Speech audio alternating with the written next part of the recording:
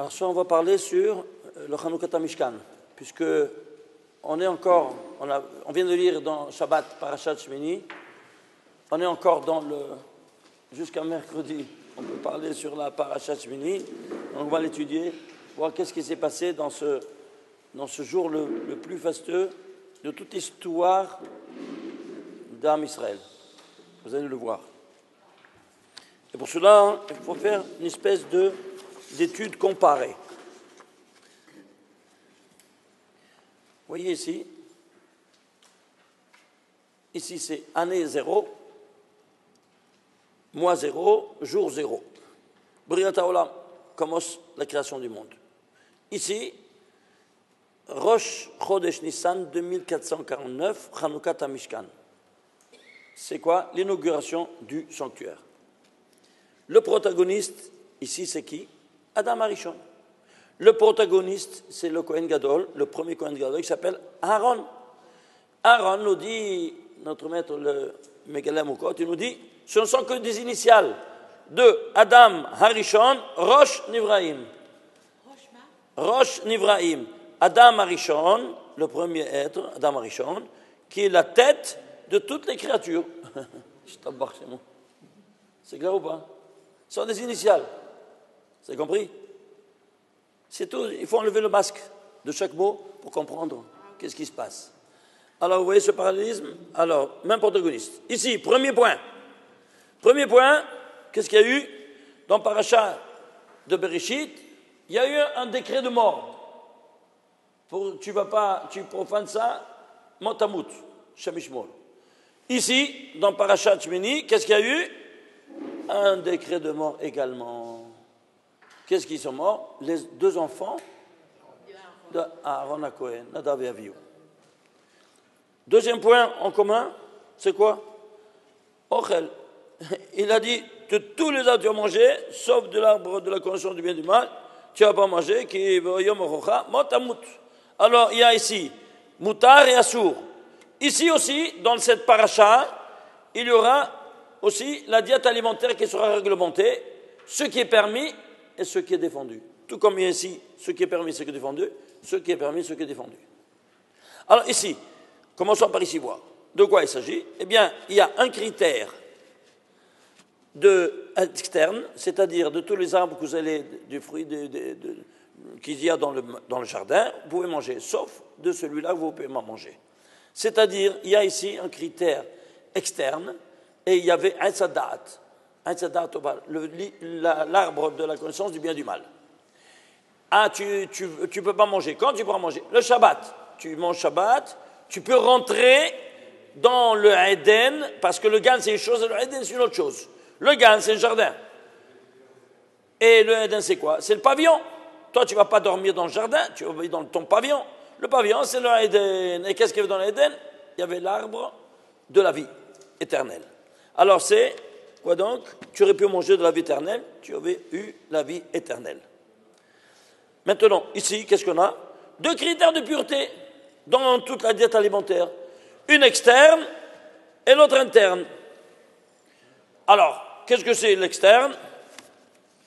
De tous les animaux que vous allez manger, vous devez manger que ceux qui ont le pied fondu. Non? Comme on faisait par sa chose, c'est ça. C'est-à-dire quoi? Qu'il soit fondu en deux. Ça, c'est le premier critère externe. Externe. Interne, c'est quoi? D'être ruminant. Interne, c'est quoi? Etzahaim. Tu pourras le manger seulement s'il y a d'autres. Si tu as mangé ça, attends. Très bien. Alors, vous voyez deux critères. Externe, interne. Alors, si c'est ainsi, alors, pourquoi il y a ces deux critères-là? Ils viennent d'ici, ils viennent de ça. Vous saviez ça ou pas? De ces deux critères-là de purité interne et externe. Et pourquoi? Suivez-moi. Pourquoi est l'interne? Pourquoi est l'externe? Qu'est-ce que c'est l'interne? L'interne, c'est que l'animal doit être ruminant. C'est-à-dire quoi ruminant? Il doit avoir un estomac avec 4 pochettes. Il mange, et puis il a digéré. Après une pochette, elle rejette dans la bouche, miam, miam, miam, miam. il mange et il rejette dans l'estomac, dans la deuxième pochette. Il digère, il remonte, il rumine, et la troisième fois, il tombe dans le troisième estomac, il descend dans le troisième estomac, il digère, il remonte, il de nouveau, et il revient dans le quatrième. Après ces 4 distillations, on va dire, oui, c'est une raffinerie à 4 niveaux, après il va donner alimentation à tout le corps de la bête. Pourquoi 4? Parce on provient des 5 mondes métaphysiques, comme vous savez. Je vous rappelle toujours, c'est un principe fondamental, si on ne connaît pas le sort d'où on provient, on ne comprend rien. On a 5 degrés d'âme. Nefesh, Shwa, Neshama, Haya, Yahida. Les 4 niveaux, on les étudie parce qu'ils sont abordables à l'entendement humain. Il y a des lettres, d'ailleurs, ils sont animés par Yud, Ke, Vav, Ke. Les 4 lettres du tétragramme. Le 5e monde, il n'y a pas de lettres. Donc, il n'y a pas de lettres, il n'y a pas de gématria, il n'y a pas de possibilité de communication, tellement c'est élevé. Alors, on n'étudie pas en Kabbalah, mais sache qu'il existe. C'est clair? Alors, on étudie ces 4 mondes. Dans ces conditions-là, qu'est-ce que tu as? Chaque pochette, n'est-ce pas, c'est un monde. C'est pour ça qu'il doit passer par une raffinerie. Et quand il termine la première pochette, la deuxième pochette, la troisième pochette, la quatrième pochette, après, il va animer le corps. Et après ce corps-là, qu'il a été animé par ce combustible qui a passé par 4 raffineries, à la 5e, tu peux manger ce corps-là raffiné. Et si ça n'a pas passé par ces 4 étapes, ou alors, ça provient de l'impureté. Et l'impureté, la Shekhina, elle s'éloigne. Si tu manges, tu éloignes la Shekhina de toi, de ta maison et de ton foyer. Hashem Yishmor. C'est clair? Ceci étant dit, alors, on a ici le côté de pureté. Alors, si tu as ici cette dimension-là, interne, alors maintenant, tu peux avancer dans la vie et tu peux rentrer, où ça? Dans le Eden. Qu'est-ce qui te permet de rentrer? La patte de la bête qui permet de faire avancer la bête en avant. Et comment il doit être cette patte? Fondue en 2. Et pourquoi le cerveau fondu en 2? Parce qu'en 2, c'est-à-dire il y a ici une bifurcation. Regarde, quand tu mets la patte comme ça, tu vois droite-gauche. Qu'est-ce que tu choisis? Tu choisis la droite. Ou la gauche, c'est la mort. Tu as choisi la droite, tu es dans la vie. Tu as choisi la gauche, c'est la perte totale. Ah, j'ai choisi, je peux dormir tranquille sur mes lauriers. Non, il y a le deuxième pas qui avance, il y a de nouveau le choix qui se refait. À chaque pas, tout est remis en question. Jusqu'au dernier moment de ta vie sur cette terre, tu ne dois pas compter sur tes propres moyens. Adieu motra. Parce qu'il y a toujours le Satan qui est à ta porte et qui te guette. La preuve, tu vois ici, chaque pas, c'est toujours une bifurcation. Alors tu as choisi, tu rentres dans le Eden et tu as la vie éternelle. Alors, qu'est-ce que tu as? Si toi, tu étudies cette dimension métaphysique, d'où tu proviens de ces 4 mondes, tu as un avenir. Et si tu n'as pas ça, tu n'as pas d'avenir parce que tu n'as pas une avancée dans la vie. C'est clair? De là donc que ces deux critères doivent être ensemble. Ceci étant dit, alors maintenant on va voir le poisson, les animaux aquatiques. Les animaux aquatiques, ils ont 2 critères. Lesquels sont-ils? Les nageoires et les écailles. Alors, il y a un interne et l'autre externe. Alors, qu'est-ce qu'est l'interne, qu'est-ce qu'est l'externe, d'après vous? Les nageoires, c'est externe, oui. Les nageoires, c'est externe. C'est la patte qui fait avancer le poisson en avant. Très bien. Et l'interne? Les écailles. Ah, mais les écailles, où est-ce qu'elles sont? Elles sont à l'extérieur. Extérieur? Alors, qu'est-ce que tu me dis? Ah, on a un problème ici. Comment on dit les écailles? Casquette. C'est la pire.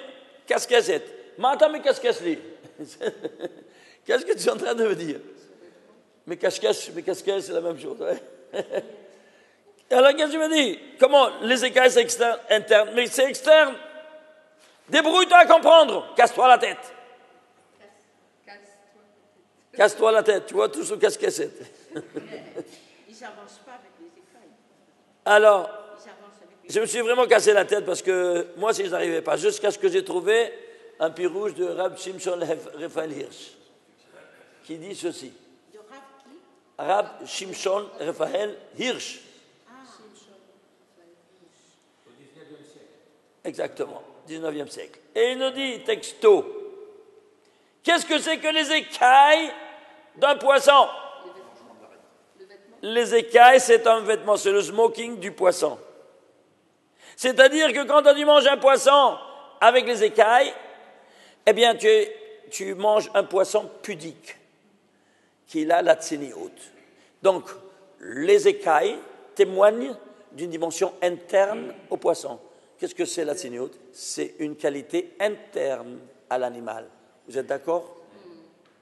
Si tu mangeais un poisson sans écailles, tu vas te comporter khatchouf, comme ce poisson qui va nu dans les eaux, ou à n'importe où il va nu. Alors toi aussi, tu vas te comporter nu, et tu seras khatchouf, tu seras débargandé, sans que tu te rendes compte.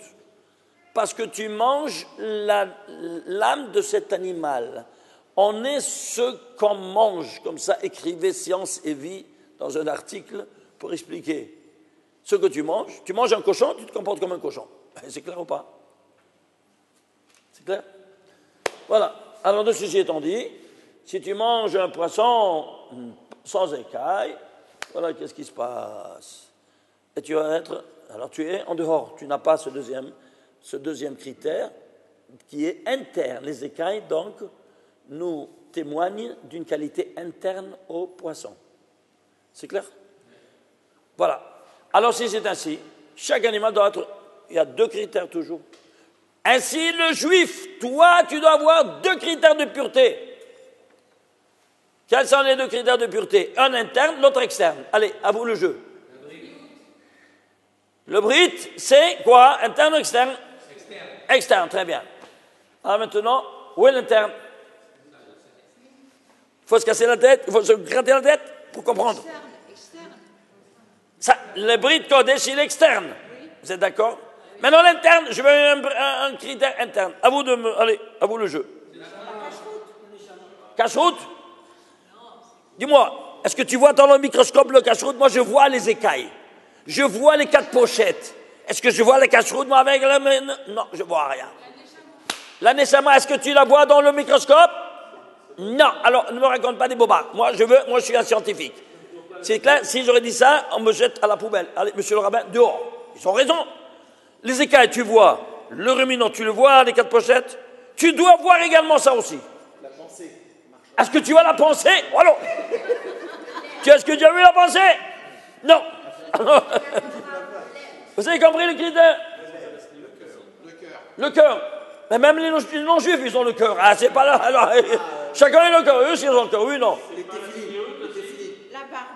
La barbe, moi, je suis né avec une barbe. Non, alors de quoi tu parles? Hein? Quoi? Tu es né avec les tefilines, toi? Non, est-ce que tu vois les tefilines? Non. Là, c'est une que ça veut dire séniout. Le séniout, tu as déjà mangé avec les écailles, avec un poisson écaillé. Non, la séniout, est-ce que tu vois dans le microscope la séniout? Non. La parole? Quoi la parole? Même les non-juifs ont la parole. Qu'est-ce que distingue du non-juif, toi? Est-ce que tu comprends là, le critère? Tu dois me trouver maintenant un critère qui te distingue du non-juif. C'est clair? Alors qu'est-ce qu'ils n'ont pas, eux? La neshama. Eux aussi, je ne vois pas neshama. Monsieur, madame, ne me racontez pas des neshamot, je ne vois pas ça. Est-ce que tu es né avec ton livre de Torah? Non. Elle ne me raconte pas des bobards. Je te dis la séniout, on ne voit pas la séniout. Oh, ici, il y a une dimension. Avant de concevoir, qu'est-ce qu'elle fait? Toi, tu dois, le premier critère, c'est quoi? C'est le brit mila au 8e jour. Et elle, au 8e jour, elle va plonger avant de concevoir. Ou, dans 40, c'est à dos. Elle purifie ses ovaires. C'est-à-dire tout son corps, évidemment, ensemble avec ses ovaires. Cette impureté corporelle, suivez-moi, Dieu ne nous a pas donné de voir parce que si on l'aurait vu, on aurait perdu la raison qu'ainsi nous dit la Gemara. Et pourquoi? Écoutez-moi bien, on aurait perdu la raison. Pourquoi? Parce que ce sont des démons que l'impureté corporelle se dépose même dans les mains, partout tout le corps et dans les mains. Essayez, s'il vous plaît, de prendre un bouquet de fleurs quand la dame elle est nida. On t'offre un bouquet, prends-le en main. Après une demi-heure, tu vas voir toutes les feuilles et toutes les fleurs, tac, mortes. Tu changes l'eau comme tu vois, c'est terminé. Essayez, vous verrez. Tu veux faire la challah, vas-y, les ferments ne montent pas. Vous avez déjà essayé ou pas? Regardez faire des cornichons, ça fait une couche blanche. Oui ou non? Comment? La mayonnaise aussi, ça ne prend pas. Vous voyez? Mais qui voit ça? Le monde végétal. Il voit ça. Nous, si on voyait ça, dit la Gemara, on aurait perdu la raison. Parce que ce sont des démons de mort. Et ça, elle doit l'enlever. Et comment elle va l'enlever? Si l'impureté corporelle, l'homme il l'a enlevé au 8e jour, elle au 8e jour, elle plonge dans un mikvé. De combien? 40 CA. Pourquoi 40 CA? Parce que chaque monde, il y a 10 séphirotes. Alors 10 séphirotes, plus 10, plus 10, plus 10, 40 séphirotes, tu as plongé dans 40 CA d'eau. Tu lèves la tête, tu te déconnectes. C'est à quoi la chose ressemble? Un ordinateur qui est rentré en bug. Comment on va le débugger? Et comment on va le débloquer? Déconnexion. Oui ou non? C'est-à-dire quoi? On l'éteint complètement. Reset, on appelle ça, oui, on appelle ça reset. Oui. Déconnexion totale. Tu l'éteins, même une minute, 2 minutes. C'est éteint, rallume-le bac est parti. Comment on va faire avec la femme? Même chose. On va la faire rentrer dans un monde qui n'est pas le sien. Lequel? Le monde sous-marin. C'est pas le sien, elle ne peut pas vivre sur le monde sous-marin. Mais une seconde, ça suffit. Eh bien, elle rentre, où elle est, comme si elle était dans le ventre maternel, entourée des eaux amniotiques. C'est clair? Même les pieds, ils doivent être un peu en l'air quand tu plonges, afin que tu sois complètement, un seconde, complètement déconnecté, où tu es entouré de tous les eaux. Et après, tu te lèves. S'il y a un cheveu qui reste dehors, en haut surface, ça s'appelle en veille. Est-ce que le bec, il est parti? Non. La même chose pour la femme. Tous les cheveux doivent être en dessous. Il n'y a pas de veille. C'est clair? Alors c'est pour ça qu'il y a ici une déconnexion totale. Même pour une demi-minute. Demi-seconde même. C'est clair?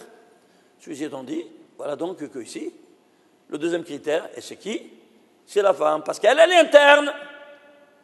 Et nous, c'est externe. Vous avez compris? Donc, ce n'est pas une même personne qui a les deux. Non, mais tous les deux font un seul corps. Et tu ne peux pas apporter une nouvelle vie au monde s'il n'y a pas papa et maman ensemble. Vous êtes d'accord? Comme ça que il a fait le monde. C'est clair? Il y a 9 séphirotes qui donnent la lumière, la 10e qui reçoit la malchoute. C'est-à-dire 9 donateurs et 1 receveur. Il y a l'homme, il est les 9, et elle, c'est qu'il reçoit. L'homme donne, elle reçoit. La lumière, tu veux voir de lumière? Tu as 2 pôles, positive et négative. Un qui donne, l'autre qui reçoit. Vous avez la lumière ou pas? C'est clair? Dans tous les domaines, dans toutes les disciplines, c'est comme ça. Tu as toute cette dualité omniprésente. C'est une loi que Dieu a créée. C'est clair? Ceci étant dit, alors qu'est-ce qu'on a? On a maintenant que même au niveau humain, il y a 2 critères de pureté, une interne, l'autre externe. Ceci étant dit, on va voir maintenant pour le non-juif. Il veut se convertir. Et welcome, à une condition que tu prends tous les 613 mitzvot. Sinon, wallo. Du 612, je n'accepte pas, dehors. C'est clair? Alors maintenant, qu'est-ce qu'on fait? Il décide, tu sais, je vais recevoir alors, qu'est-ce qu'il y a? 2 critères. Il fait le brit mila. Il est devenu juif? Non. Pourquoi? Sa maman n'a pas été au mikvé. Évidemment, elle n'était pas juive. Alors c'est lui qui va aller maintenant à la place de sa maman. Alors il va plonger au mikvé. Et quand il plonge au mikvé, il reçoit le neshama yetera du juif. C'est-à-dire quoi? Ruach, neshama, haya et hila. Alors dans ces conditions-là, dans la malchoute, parce que les guéris proviennent de la malchoute. Alors dans ces conditions-là, qu'est-ce que c'est? Parce qu'ils reçoivent. Alors qu'est-ce qui se passe? Ils décident de recevoir cette neshama supplémentaire juive, comme ça, le jour le plus beau, la neshama le plus élevé, d'accord? À Kippour, et que c'est Shabbat. Formidable. Il a droit, il a droit, il a droit. Alors il invite les rabbins à cette réunion-là de la plongée. Il vérifie. Il descend dans le mikvé. Je fais cette image-là pour que vous vous rendez compte de quoi il s'agit.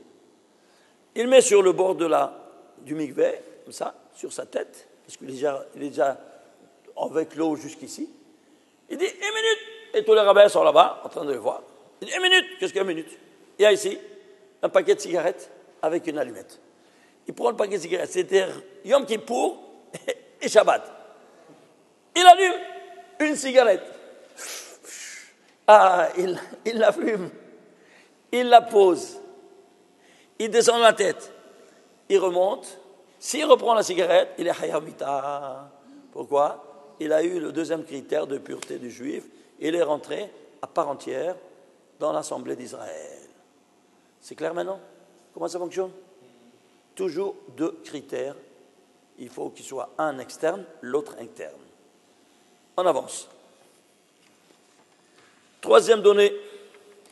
Korban, il y a eu au Parashat Bereshit, Korban de Caïn, et que il n'a pas accepté. Et ici, il y a eu un Korban de Nadav et Avihu, et que l'Osha aussi. Alors, qu'est-ce qui s'est passé? Celui-là, il a tué, et celui-là, ils ont été tués. Maintenant, qu'est-ce qui se passe? Suivez-moi. Qu'est-ce qui s'est passé avec Caïn? Caïn est né avec une jumelle. Et Hevel est né dans une autre pochette avec 2 jumelles. Il était jaloux parce qu'il y avait 2 jumelles. Il l'a tué pour prendre ses 2. Et alors, qu'est-ce qui s'est passé maintenant? Eh bien, il l'a tué. Et pourquoi il l'a tué? Parce qu'il a été conçu et né au 6e jour et pas Shabbat. L'arbre de la connaissance du bien et du mal, c'est quoi? Ve'adam yada et Chava. Et l'homme a connu sa femme dans un langage puritain, c'est-à-dire qu'il a consommé et conçu au 6e jour. Donc, il a attiré des trésors des âmes impures, qui a les trésors des 6 jours de la semaine. Ce sont des âmes impures et dans des Gilgulim très, très difficiles. Et voilà donc que est née cette âme impure et Gilgulim très difficile et un monstre qu'il a tué son frère. Donc lui, il provenait 99% de mal et 1% de bien. Hevel, eh bien, le contraire. Il avait 99% de bien et 1% de mal. Pourquoi? L'aîné, il a pris tout. Mais 1 minute, l'aîné a pris tout, oui. Mais si tu prenais le 1% de bien de Caïn sur la plate de la balance et 99% de bien de Hevel, le 1%, il l'emporte sur les 99% de Hevel. Tellement c'est condensé et concentré, les dimensions de Caïn. C'est un grand Talmid Chacham. Alors, qu'est-ce qu'il a offert que Dieu n'a pas accepté? Il a offert un sacrifice, nous dit, un sacrifice qui est lequel? Nous dit, Zera Pishtan. C'est-à-dire, moi je veux quelle est la finalité du Korban? De s'approcher de son Créateur. Tu veux t'approcher de son Créateur? Oui. Ben alors, couvre tes nudités. Alors, voyons les finalités du Korban. Qu'est-ce que les finalités? Écris, s'il te plaît, Korban en entier, vous voyez? Korban. Korban. Kouf, Resh, Bet, Nun. C'est clair? La finalité, prends les lettres finales. P, Shin, Tav, Nun. Qu'est-ce que ça sort? Pishtan. Ouai, ouai, ouai. Ainsi nous l'enseigne le Maharal de Prague. C'est ça, notre grand maître. Et de là, regardez la connaissance de Caïn. Comment il était un Talmid Chacham. Il était le fils de Adam Arishon. Oui, mais il provenait du mal. Alors il avait 1% de bien. Regarde ce que % de bien, qu'est-ce qu'il a fait comprendre. Mais excusez-moi, mais il n'y avait pas de. Il n'y avait personne avant. Donc c'était le Gilgoul de qui? Qui? Caïn. Ils avaient dit C'est pas question de Gilgoul. C'est question d'impureté. Dans les séjours profanes, ce sont des âmes profanes et impures. Et dans des Gilgoulim, très durs que par la suite. Mais ici, par la suite, c'est pas la suite, moi je parle. Hein. Mais ici, des âmes impures et à ne pas concevoir, à ne pas prendre. C'est pour ça qu'il avait ordonné le Shabbat, de manger de l'arbre de la connaissance du bien et du mal. C'est clair ou pas? Vous savez ce qu'il disait, notre Créateur? Il t'a créé, il t'a créé avec des exigences. Et il veut que pour ton bien, que tu aies quoi? La vie éternelle et tout. Alors si toi tu veux aller contre, tu es libre, il t'a donné le libre arbitre. Voilà ce qui s'est passé. C'est clair ou pas? Alors il est né un enfant profane, avec une neshama qui venait des forces du mal. C'est clair? Voilà comment il a profané. Alors ceci étant dit, qu'est-ce qu'on a? On a que il a pris le Zerbishtan. Quoi donc? C'est-à-dire la racine de l'habit de lin. Vient son frère, il a vu que son frère, il a donné la racine des habits de lin. Qu'est-ce qu'il va donner? De son meilleur troupeau, c'était un berger. Et il a donné quoi? La racine de l'habit de laine. Parce que lui aussi devait s'approcher de son créateur. Alors, il a offert le mouton. Alors, tout comme, nous dit Midrash Tanchuma, tout comme l'assassin ne peut plus se retrouver avec l'assassiné. Ainsi, leur dérivée deuxième, la dérivée deuxième de Caïn, c'est le lin. La dérivée deuxième de Hevel, c'est la laine. Même la laine et le lin ne peuvent plus être ensemble. De là, on a rationalisé un haq qu'on ne comprenait pas jusqu'à présent. Quoi donc? Le chatnez. C'est clair maintenant ou pas? Ne croyez pas, quand il y a un haq, c'est pas parce que tu ne comprends pas que c'est. Waouh, on peut pas le comprendre, mais si tu étudies, tu casses ta tête, tu arrives à comprendre tout. Tout est rationnel dans la Torah. Même la vache rousse, que c'est un haq, il a dévoilé le secret à qui? À Moshe Rabbeinu. Et là, il va nous dévoiler. C'est clair maintenant? Pardon? Et pourquoi? Seulement le Kohen Gadol, pourquoi? Parce que le Beth Amikdash, c'est quoi? L'ensemble des contradictions qui sont unies ensemble, sont en paix totale. Tu comprends? Comme le plus et le moins, ils sont ensemble. Et quand ils sont ensemble, oui, non, la même chose ici. C'est seulement dans le Beth Amikdash. En dehors, voilà, tu n'as pas le droit. C'est clair? Ça, c'est l'unique exception. Par exemple, l'homme, il ne doit pas marcher pieds nus dans tout le globe terrestre. Sauf que, dans le Beth Amikdash, il allait pieds nus. Tu vois cette contradiction? Pourquoi? Parce que là-bas, il n'y a pas de Touma dans le parterre. Alors que partout, il y a la Touma, comme on avait déjà expliqué déjà. Vous vous souvenez? Vous vous souvenez ou pas? Alors, partout, c'est Nun Share Touma. Et alors, on doit porter maintenant quoi? Une chaussure pour ne pas être avec ça, avec les Nun Share Touma. Et si tu vas pieds nus, c'est comme si tu veux prendre ta sève vitale de impureté. La preuve, Naal, c'est Al Nun. Vous vous souvenez? Al Nun. Ça témoigne que tu sois. C'est pour ça que les Kohanim, quand ils veulent faire la Birkat Kohanim, ils doivent faire pieds nus comme dans le Beth Amikdash. Ah, mais on n'est pas dans le Beth Amikdash, mais ils doivent quand même faire pieds nus. Avant qu'ils montent là-haut, on met un tapis provisoire qui monte là-dessus, parce qu'ils sont pieds nus. C'est clair? Voilà. Ceci étant dit, et s'il va sans, bien il maudit, s'il ne va pas sur un tapis. C'est une malédiction qui ne ressent pas une bénédiction. Shem Yishmor. Or, ceci étant dit, on comprend maintenant. Ah, mais ici, il avait deux pôles à servir, positifs. C'est le lin. Le lin, quelle force il a, le lin? Nous dit le Zohar Kadosh de mettre en fuite tous les mékatrigim. Personne ne peut t'attaquer. Si une personne, il a tout un habit en lin, écoutez-moi bien, même les boutons, ils sont en lin. Même la couture, elle est en lin. Les chaussures en lin. Tout en lin. Il n'y a pas un autre matériel de confection de ton habit, de la tête aux pieds. Personne ne peut t'atteindre, ni t'attaquer. C'est clair? Tu es un Superman. Ishtabach chez moi. Alors lui... C'est mieux que le gilet pare-balles. Absolument. C'est mieux que le gilet pare-balles. Il n'y a pas... Rien. C'est clair? Ah non, ceci étant dit, alors on a le Kohen qui il a dit comme ça. À Yom Kippourim, dans le Kodesh Kodashim. Ok?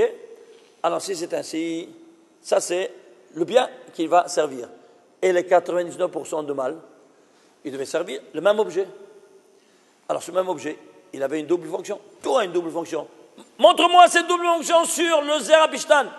Je me suis cassé la tête par longtemps, jusqu'à ce que j'ai trouvé, aïe, aïe, aïe, aïe, aïe, suivez-moi. J'ai trouvé que, si toi tu prends Zerapishtan, c'est des semences de lin, et lui qu'est-ce qu'il a fait? Il a brûlé, il a offert sur l'autel, donc se sont dégagées des vapeurs. Eh bien, quand tu vas distiller Zerapishtan, ces vapeurs se dégagent, ce sont un très puissant drogue. Vous entendez? Donc lui, il s'est drogué. C'est-à-dire, il voulait servir le mal. Comment servir le mal? Un qui se drogue, il transforme l'image et ressemblance divine en un chiffon. Oui, non, un qui se drogue, il devient un chiffon ou pas? Eh bien voilà. Il a transformé Tselem Elohim en un chiffon. Voilà ce qu'il voulait faire. Et j'ai compris encore une autre chose. Quoi donc? Pourquoi aujourd'hui on appelle la plus puissante drogue cocaïne? La compagnie des Caïn. Ouais. C'est pas incroyable? On ne sait pas d'où ça vient, mais ça vient d'ici. C'est le premier dans l'histoire de l'humanité qui s'est drogué. Alors ils ont appelé ça cocaïne. Incroyable, hein? Alors, ceci étant dit, on avance. Ici, dans la création, qu'est-ce que c'est? Gezerah Shava. Vaï'er vaïboker yom vaïhi. Quand le vaï'er et vaïboker, ça a été utilisé le vaïhi. Pourquoi vaïhi? Vaïhi, la chantsar. Nous dit la Gemara, à chaque fois qu'il y a le mot vaïhi, c'est un langage de détresse. Et ici, qu'est-ce qu'il y a? Vaïhi ben Shemini. La paracha de Shemini commence par vaïhi. Pour te dire quoi? Il y aura un malheur. Vous avez compris? Il y aura un malheur. Déjà, dès le départ, dès le premier mot, déjà on te dit qu'il y aura Gezerah Shava. Vaïhi, la chantsar. Comme ça, on nous dit le Talmud. Autre chose, autre point. Vaï'er vaïboker. Bon, ça, c'est encore une autre chose. Nimtsa, Shaliede, Kabbalat, Torah. Voilà. Ici, la même simcha qu'il y avait ici, la même simcha qu'il y aura ici. Seulement, malheureusement, elle a été entamée par quoi? Par la mort de ces deux tzadikim, de ces deux géants. Ici, Bereshit bara Elokim et Hashem et haaretz. Regardez, tous les 7 jours, des premiers 3 mots aux derniers 3 mots des 7 jours, il y a la chotama de Emet.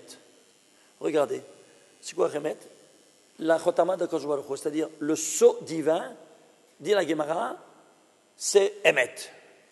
Regardez, Bereshit, les finales, Bereshit, bara Elokim, c'est Emet dans le désordre. Pourquoi? Parce que la terre, elle était en tohu-bohu. Oui ou non? Mais à la fin, quand tu arrives le Shabbat, Asher bara Elokim lasot, Emet dans l'ordre. C'est clair ou pas? Alors, on a ici le mot Emet. Bon, alors cherchez maintenant le mot Emet ici, dans la paracha de Shemini. Le Aleph, imaginez-vous, il se trouve 440 fois utilisé dans toute la paracha. Pourquoi 440? Parce que, traduit 440, 40 c'est Mam, 400 c'est Tav. Et Aleph, combien ça vaut? 1. Alors si tu ajoutes le Aleph au Met, ça fait Emet. Ça fait le mot Emet ou pas? À travers le nombre de lettres du Emet qui se trouve dans toute la paracha. Incroyable, hein? On avance. Regardez ici. Qu'est-ce qu'on a ici maintenant? On a le mot Emet. Combien de fois se trouve le Aleph dans toute la paracha? 450 fois. Le même, il se trouve dans toute la paracha Shemini 227 fois. Et le Tav, 270 fois. Total, 928. C'est quoi 928? C'est 4 fois 232. C'est quoi 232? On provient, nous, des 4 mondes métaphysiques. Atzilut, Yud Kevavke, qui vaut 72. Dans la Bria, Yud Kevavke vaut 63. Dans la Isira, 45. Dans la Asiya, 52. Total, 232. Provient de ces 4 mondes qu'on étudie. Et ici, qu'est-ce que tu as? 4 fois 232. Qu'est-ce que tu as? Le mot Emet qui se trouve. Pourquoi? Parce que ça, c'est Olam HaEmet. Le monde de la vérité suprême. Ils sont chanceux, ces barbus. C'est drôle, hein? Comment tout coïncide de la manière la plus spectaculaire. On ne voit rien du tout, rien du tout. Et Moshe Rabbeinu doit repartir dans toute la paracha, 440 fois Aleph, 227 Ta'emem et 208 fois Tav, afin que ça sorte exactement 4 fois 232. Incroyable, hein? Le monde a été créé par le nom de Dieu de 42 lettres. On l'avait déjà étudié. Vous vous souvenez? Alors la lettre Zayin, elle se trouve ici dans toute la paracha 42 fois. Pourquoi Zayin 42 fois? Parce que le 7 jours est lié avec le nom 42. Alors ici, le Zayin se trouvera ici 42 fois dans toute la paracha semée. C'est pas incroyable? Est-ce que vous voyez, je prends quelques caractéristiques. Vous n'avez pas une idée. Tout ce qu'il y a dans cette paracha, tu le trouves ici, dans la même mesure et intensité. Comment est-ce possible? Parce qu'il y a ici une même dimension. Oui. Dans le 4e, la somme Olamot, les 4 mondes, les Arba Olamot, c'est à 232. C'est Ab, Sa, Guma, Huben, total 232. Mais après Olamot, il est marqué Chez Nivreou. Chez Nivreou. C'est-à-dire en premier nom de ces 4 mondes. C'est clair? Et qui sont animés par Yud, Kei, Vav, Kei en général. Et en détail, c'est ça. C'est clair?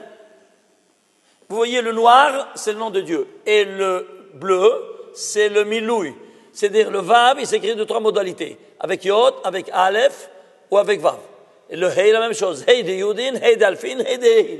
Évidemment que la valeur numérique change. C'est clair? Et c'est comme ça qu'on a cette valeur numérique. On va voir. Alors, ça, c'est un rapport un peu plus compliqué, parce que ici, je ne l'ai pas ramené. Qu'est-ce que c'est? Qu'est-ce qu'ils ont fait Adam et Avihu? Ils ont fait des kétorettes. Quand ils ont vu la foudre qui est tombée du ciel, tous se sont prosternés, ils ont vu comment Dieu s'est dévoilé à tout le peuple, avec la foudre qui est tombée devant tout le monde, sur le sacrifice qu'ils ont offert en phase inaugurale. Alors eux, prise d'ardeur, ils ont pris, quoi donc? Les kétoret, c'est l'offrande la plus élevée de tous les corbanotes. C'est les kétoret. Et pourquoi ils sont morts? Nous dit Rabbi Shimon Bar Yochai. Parce que Eshzara, c'était un feu étranger que Dieu ne leur a pas commandé. Pourquoi il ne leur a pas commandé? Tu sais pourquoi? Parce qu'il n'était pas marié, dit Rabbi Shimon Bar Yochai. Toi, tu veux t'approcher de ton Créateur avec une action que je ne t'ai pas commandée. Je ne t'ai pas commandé parce que tu n'es pas marié. Et là, ce rapprochement, tu n'es pas marié. Tu as fait la première mitzvah que je t'ai commandée? Non. Alors comment tu peux t'approcher de moi? Avant, marie-toi. Après, approche-toi de moi. C'est clair ou pas? Alors, ceci étant dit, tu n'as pas accompli la première mitzvah de la Torah. Perurvu, éloigne-toi de moi. Dit Rabbi Shimon Bar Yochai, un homme qui n'est pas marié, il n'est pas intègre. Il n'est pas shalem. Alors si tu n'es pas shalem, comment toi tu veux me donner un korban shalem? Tu n'as pas ce qui vient de toi, doit être shalem. Si tu es marié, tu es shalem. Tu n'es pas marié, tu n'es pas shalem. Alors c'est inacceptable. Et il le rejette. C'est pour ça que la Shérina, elle s'éloigne d'un célibataire. Je ne parle pas d'un divorcé. Je parle d'un célibataire qui ne s'est jamais marié. Il n'est pas même tenté de se marier. C'est clair ou pas? Et ça, c'est pour l'homme, c'est jamais pour la femme. Je parle seulement pour l'homme. Et pourquoi? Parce que l'homme, il doit être justement intègre. Et cette intégrité ne vient que s'il est marié. Le célibat, il est condamné de la manière la plus la plus virulente dans la Torah. C'est ce que ces crétins-là n'ont rien compris. Ils ont fait, soi-disant, comment on appelle là, le sacerdoce de la chasteté, Shamishmol. Des abrutis diplômés. Hein, c'est clair ou pas? Va voir ce qui se passe derrière les coulisses. Alors, on entend de toutes les couleurs chaque jour, n'est-ce pas, dans la presse. Alors, c'est des bobas. La Shekhinah, elle s'éloigne du célibataire. Sachez-le. C'est clair? Parce qu'ici, il t'a créé pour apporter la vie et pas pour apporter la mort. Voilà donc que ça n'a pas été accepté. Et pourquoi ils ne sont pas mariés? Pourquoi ils ne sont pas mariés? Tu aurais pu me dire ça, quoi? C'est des grands amis de Rahamim, pourquoi ils ne sont pas mariés? Parce qu'ils étaient très riches, Hein? Notre père, c'est le grand prêtre. Notre oncle, c'est Moshe Rabbeinu, le roi d'Israël. Notre tante, c'est Myriam Nevi'a. L'autre oncle, c'est le chef du Sanhedrin. Allô? Qui c'est la famille qui peut être sans bleu comme nous? Tu piges? Hein? Comment trop jeune? Allô? Ben Shmuel Israël Arouba. Tu ne peux pas parler comme ça. Vous voulez être consacré À 18 ans, trac terminé. Vous voulez être consacré à Hachem. Il n'est pas consacré. Tu ne peux pas te consacrer à ça si tu ne fais pas la première misa. C'est clair, fous le camp d'ici. Je ne veux pas te voir, comme ça dit le Zohar. Je ne veux pas te voir si tu n'es pas marié. Qu'est-ce qu'ils ont en train de dire? Se consacrer. Consacrer comme les prêtres, Hachem Ishmol. Alors c'est quoi ça? C'est comme les crétins, c'est ça? Les véritables crétins diplômés. C'est clair ou pas? Ça, c'est la première règle de la vie. Alors, ceci étant dit, alors ici, le 8e, Ki bekashem tsurolamim, c'est écrit dans Isaïe, avec Yud-Ke, Dieu a créé les mondes. Et la Gemara, dans Menachot, page 29, nous questionne. Il y a 2 lettres et il y a 2 mondes qui ont été créés. Quelle lettre a créé le monde supérieur et le monde inférieur? Réponse, Yod, monde supérieur, et He, le monde inférieur. C'est clair? Très bien. Alors, on va prendre ici. Le Yod, combien de fois il se trouve dans toute la paracha de Shemini? 399 fois. Et le He, 514 fois. Total, 913, Gematria, Bereshit. Voilà, ici il y a eu un Bereshit, ici un Bereshit.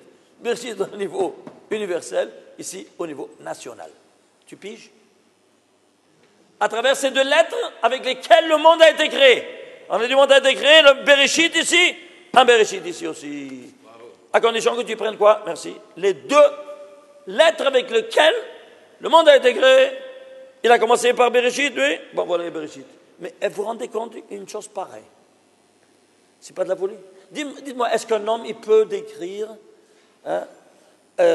une Torah, une histoire, belle qu'elle puisse être, en tenant compte de tous ces paramètres, en respectant les règles de l'histoire, comment il s'est déroulé, de la grammaire, de la syntaxe, tout ce qu'il y a là-dedans, tous les secrets, et en tenant compte de ça. Dites-moi vous, est-ce qu'il y a un scientifique qui peut me ramener tous ces paramètres comme ça dans n'importe quel autre livre de, soi-disant, de quelle religion au monde? Ce n'est pas une chose pareille. Traduis ça en français ou en anglais, où ça va tout ça? Tout complètement à la poubelle. On n'a plus aucune trace de tous ces grands secrets. Vous vous rendez compte? Shem Elohim. Le nom de Dieu se trouve dans tous les rites des 7 jours 42 fois. Pourquoi? Parce que le Shem embête 42, alors il y a 42 fois. Il y a 35 fois le nom de Elohim et 7 codés dans le récit des 7 jours. Pourquoi 7 codés? Parce qu'ils sont cachés. Pourquoi 7 au niveau 7 cachés? Parce que Olam, c'est la chambre Ne'elam. Olam, c'est caché. Tout est caché. Alors même le nom de Elohim sera caché 7 fois. Ici, le Shem Elohim se trouvera 294 fois codé. Et quoi, 292? C'est exactement 7 fois 42. 7 fois, ici, 1 fois 42, ici 7 fois 42. 1 fois 42, plus 7 fois 42, ça te fait 8 fois 42, dévoilement de la présence divine. Parashat Shmini, 8e. Et pourquoi 8e jour il se dévoile? Il s'est dévoilé au 8e jour. Nous dit Rabbi Shimon ben Yochai que si toi, tu reçois le Shabbat une fois dans ta vie, je me dévoile à toi. Pourquoi? Le langage des chiffres est simple. 6, c'est synonyme de matérialité puisque le monde a été créé en 6 jours. 7, c'est la dimension spirituelle du Shabbat. 8, au-delà du spirituel, c'est-à-dire un dévoilement divin qui se passe. Tu as reçu le Shabbat, un Shabbat dans ta vie, je me dévoile à toi, dit le Créateur. À qui? Au gosse. Alors reçois une fois le Shabbat et je me dévoile à toi. C'est pour ça que le 8e jour, la première heure de 8e journée, on fait le Brit Mila afin qu'il puisse se dévoiler dans la sainteté, dans la pureté du corps et pas dans l'impureté. C'est clair? Et c'est pour ça qu'il ne faut pas retarder. Faire à 10h ou à midi ou chas v'shalom. C'est clair? On avait déjà parlé à ce propos.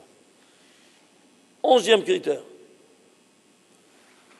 Ici, Ketonet Or, il avait une Ketonet Or avant le péché. C'est-à-dire une tunique de lumière. Et après la faute, c'est devenu Ketonet Or. Le Aleph est devenu 70. C'est-à-dire, la vérité, elle s'est fracturée en 70 modalités différentes. En 70 morceaux. C'est les 70 modalités d'étudier la Torah. C'est clair? Ah, c'est ça, Ketonet Or. Peau, c'est grossier. Ben voilà, ça s'est fracturé en 70. À toi maintenant d'aller rechercher. Alors, ici le Aleph, il va se trouver 161 fois. Et ici le Aïn, 161 fois dans toute la Torah. C'est-à-dire ce qu'il y a ici, il y a là-bas, dans la même mesure intensité, une fois de plus.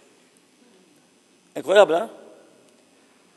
Alors, ici, on a, ici, le Aleph, c'est quoi? On écrit Aleph, Yod, Vav, Yod. C'est-à-dire 10, 6 et 10, ça fait 26. Ouais? Le nom de Dieu, 26. Giloui, qui s'est dévoilé au Sné, il s'est dévoilé au Sné. Comment? Avec le nom de Dieu Ekié, je suis, comme vous le savez. Et c'est quoi ce nom Ekié? Eh bien, le voilà. Vous voyez, on écrit en entier. Aleph, Hei, Yod, Kei. Vous voyez, en jaune, c'est le nom de Dieu. Mais écrit en entier, ça vaut combien? 161. Donc ce Aleph, qui vaut 26, se dévoile, n'est-ce pas, où ça? Au buisson ardent, à travers le nom divin Ekié, qui est la lumière environnante du nom Yud Kevavke. Yud Kevavke, je répète, c'est Or Pénimi, et le son Ekié, c'est le Or Makif. Tout comme la matière qui est composé d'atomes, il a 2 dimensions, le noyau atomique et l'électron. Ici aussi, la dimension de miséricorde a 2 dimensions, une interne, Yud Kevavke, et l'externe, le Shem Ekié. Ceci étant dit, on avance, on peut voir. On a essayé beaucoup d'autres choses à vous montrer. Attendez, on va voir maintenant. Il y a tellement de choses. Je préfère passer. Encore d'autres lettres, par exemple le Kouf. Le Kouf, il se trouve 91 fois. Pourquoi 91 fois le Kouf? Parce que, imaginez-vous, toute la paracha de Shemini, elle est composée de 91 versets. Pourquoi 91 versets? 91, c'est le nom de Dieu, Yud Kevavke, écrit, et Amonai, lu. Amonai, ça vaut 65. Ça plus ça, c'est 91. C'est pour ça qu'il y a 91 versets. Parce que qui c'est qui s'est dévoilé? Hachem. Ou à la 26e paracha de la Torah. Paracha Shemini, c'est la 26e. Vous voyez comment tout pirouette autour de quoi? Du nom 26. Et le Kouf, il se trouve, Mofia, 91 fois. Mais combien vaut le Kouf? Écris le Kouf en entier, c'est 186. C'est quoi 186? Eh bien, prenez Yud Kevavke en entier, c'est-à-dire au carré. Yod au carré, 10 fois 10, 100. Hey au carré, 5 fois 5, 25. 6 fois 6, 36. 5 fois 5, 25, ça fait 186. Combien ça vaut Kouf en entier? 186. De là, de tous côtés, c'est-à-dire, qu'est-ce que tu as? Tu as un recyclage à tous les dimensions, de tous côtés. De quoi? De ces paramètres-là.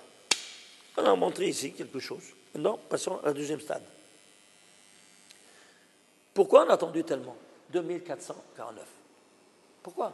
Il ne savait pas venir plus tôt? Qu'est-ce qui s'est passé au Gan Eden? Dieu nous a commandé de ne pas manger du fruit. Et nous, qu'est-ce qu'on fait? On n'a pas écouté. Alors, dites-moi, devant un enfant si désobéissant? Comment on va le corriger? Vous avez un enfant qui ne vous écoute pas. Comment vous allez le corriger? Qu'est-ce que tu lui fais? La fessée? Tu lui dis, il ne veut pas écouter. Le stade ultérieur, c'est quoi? Hein? La punition. Quelle punition?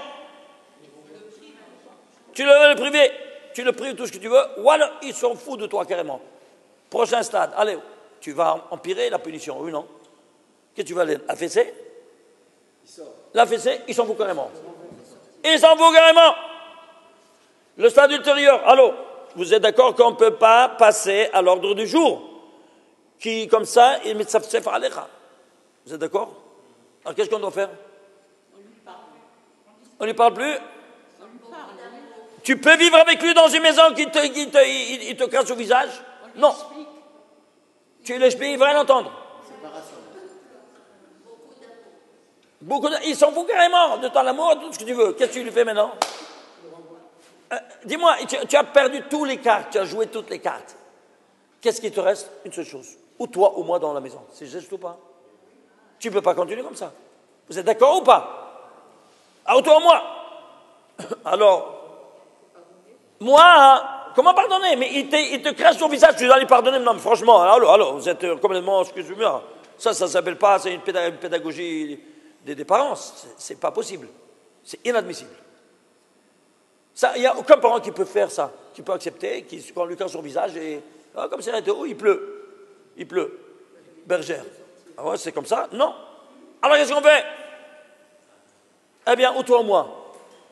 Mais Akshbarou, tout le monde est à lui. Alors qu'est-ce qu'il fait? Le faire sortir de ce monde, c'est le tuer. Un père ne peut pas tuer son fils. Alors qu'est-ce qu'il a fait Akshbarou? Il quitte la maison. Il quitte la maison pour laisser son fils pour ne pas le tuer.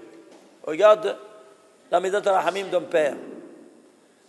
Après, il demande, papa, où tu as dit? C'est terminé. Ah, tu veux que je retourne? Tu dois maintenant te corriger. Tu dois accepter mon autorité. Et alors, voilà ce qui s'est passé. Alors, suivez-moi.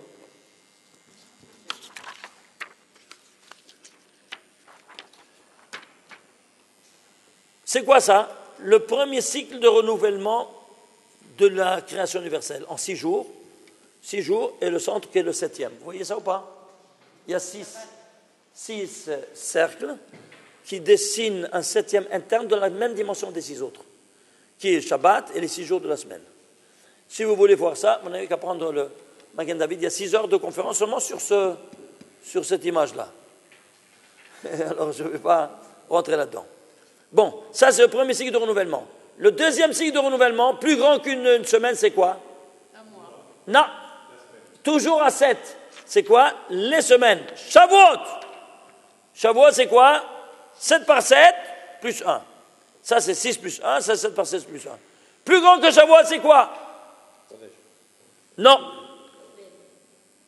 Non, on va par 7. Très bien, Shemitah. Alors, tu vois, 6 plus 1, 7 par 7 plus 1. 6 plus 1 de nouveau, tu vois ici, 6 plus 1. Comme le premier ici, ça saute ici une fois, il fait comme ça, il faut comme ça. Ça te fait, quoi? 6 ans. Et pourquoi on fait la Shemitah? Pourquoi on fait la Shemitah? Dites-moi. C'est pourquoi? Suivez-moi. Dieu t'a commandé de te reposer le 7e jour. 6 jours tu vas travailler, le 7e jour tu vas travailler. Très bien.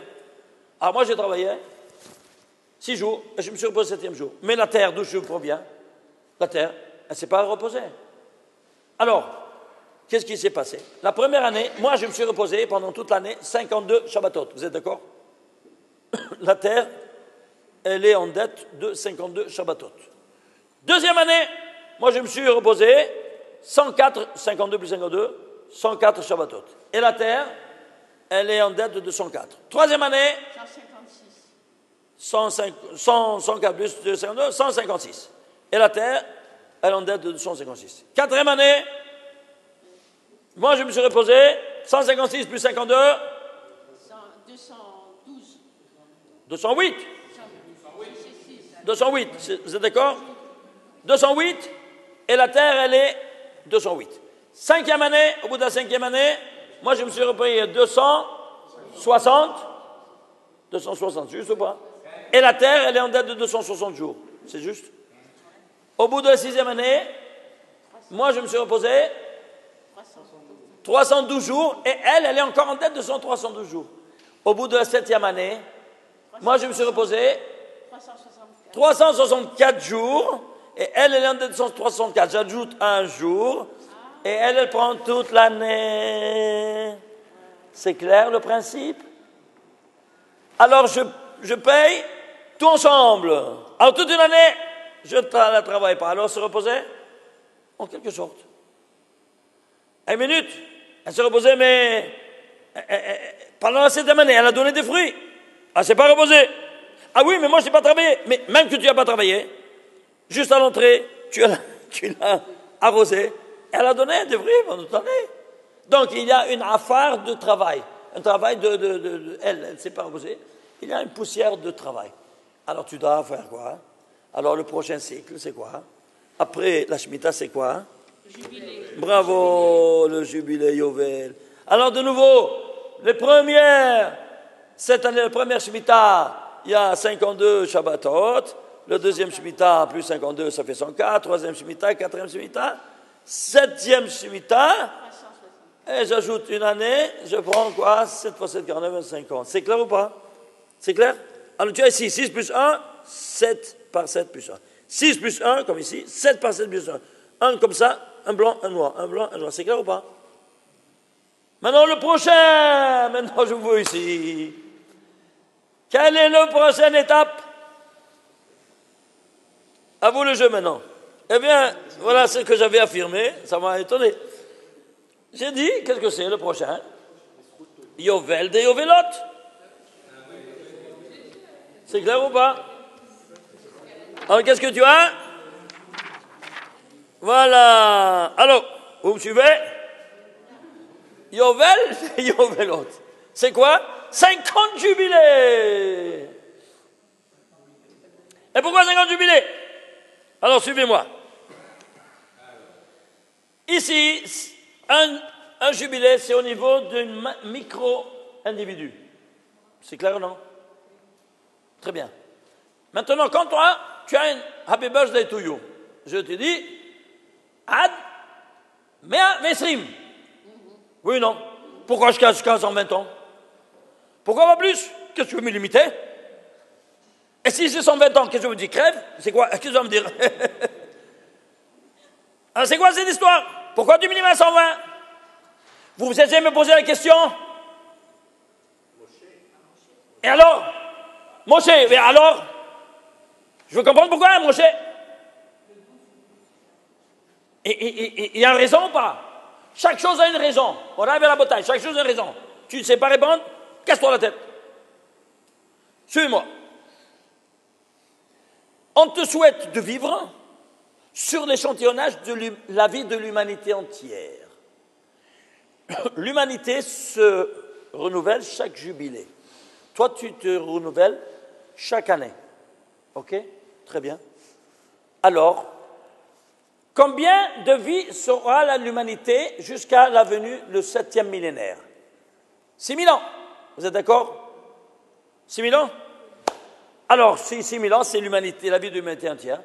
Combien de jubilés il y a dans 6 000 ans? 6 000 divisé par 50, combien ça te fait? 120. Alors, c'est sur l'exemple de la vie de l'humanité entière qui se renouvelle en 120 jubilés qu'on te souhaite de vivre 120 ans. L'humanité en jubilé, toi en année. Alors, je te souhaite 120 ans. Parce que si je te saurais souhaiter plus que 120, tu sais à quoi la chose ressemble? À une malédiction. Et pourquoi? Parce que le deadline, c'est 6 000 ans, c'est la résurrection des morts et l'entrée du 7e millénaire shabbatique.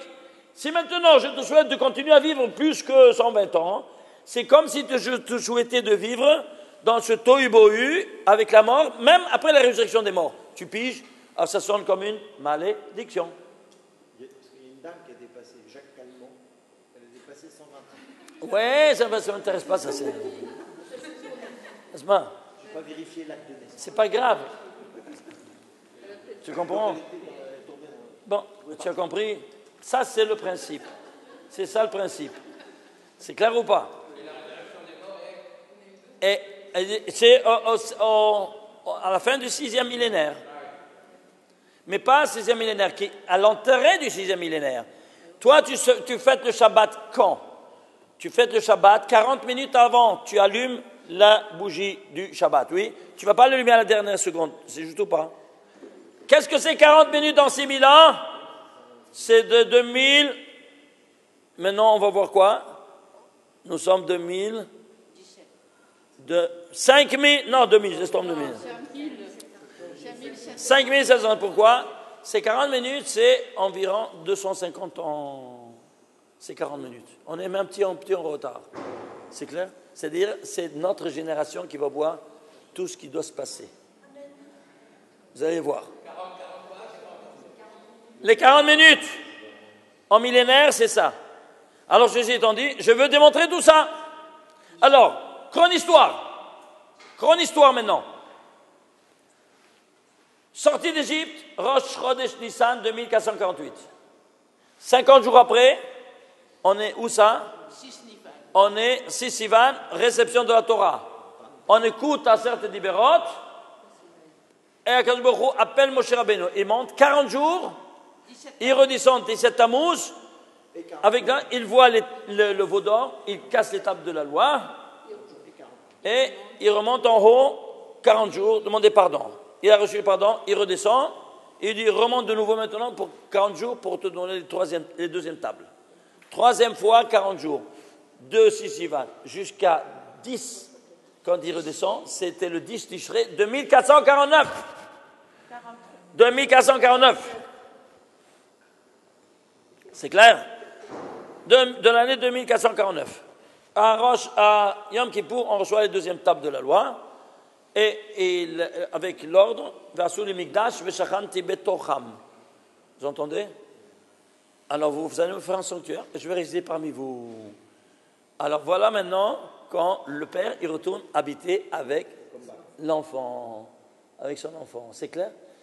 Mais une minute, attends une minute, qu'est-ce qui s'est passé? Il est le 10, mais il y avait Sukkot, il ne commence pas la construction. Quand il commence? Tout de suite à la sortie de Sukkot.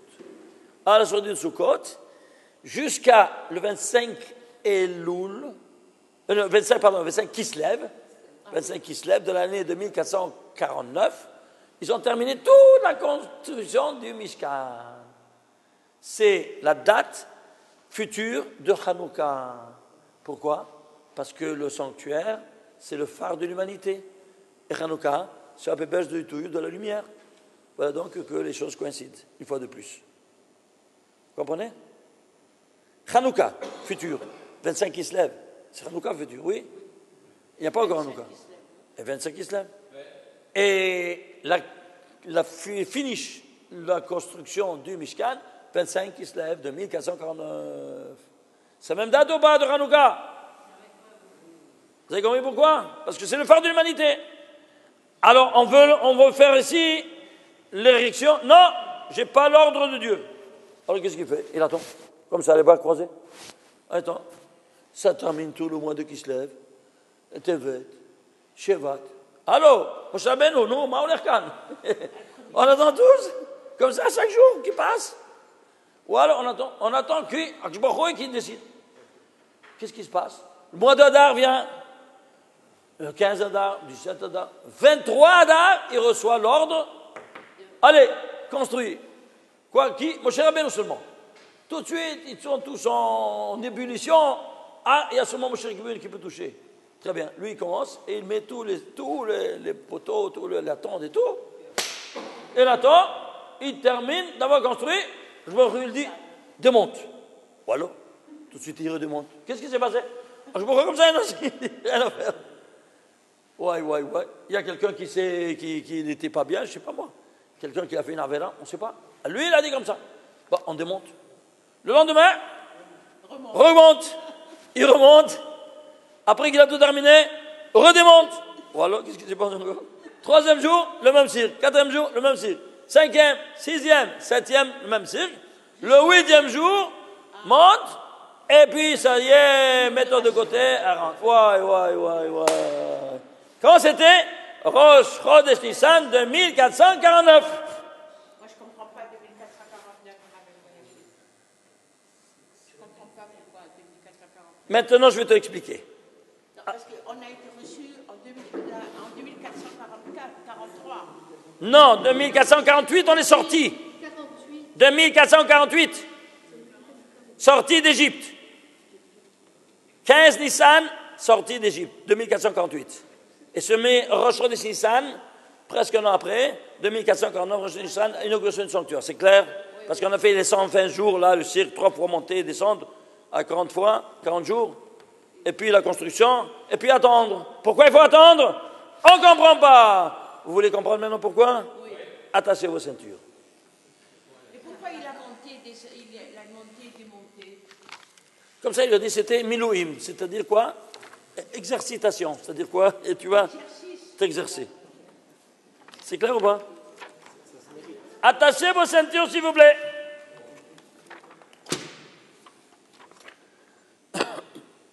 Le monde a été créé en 6 jours. Pourquoi 6 jours? La valeur, c'est un sod, une bombe atomique. Ainsi nous dit Rabbi Shimon Bar Yochai. Tous les sodotes de Zohar, ils sont enfermés dans les chiffres. Vous entendez ça ou pas? Tout est enfermé dans les chiffres. Seulement on ne voit rien de rien. Et ceux qui dénigrent la gematria ou les chiffres, pauvres types, je les plains. Ils se sont complètement taillés de tous ces grands secrets. Je vais vous donner un petit exemple.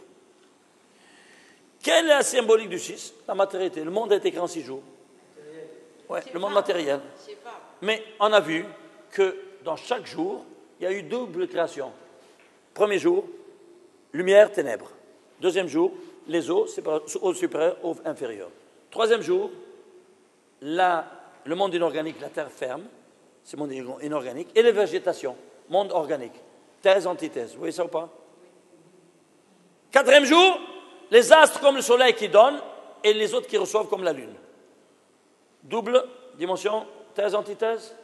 Cinquième jour, les volatiles et les poissons. Ça c'est thèse et ça c'est antithèse. Ça c'est aérien et ça c'est sous-marin. Sixième jour, l'homme et l'azimote terrestre. Thèse et antithèse. Vous voyez ça toujours aussi? Tout double? Oui, non? Et les animaux terrestres.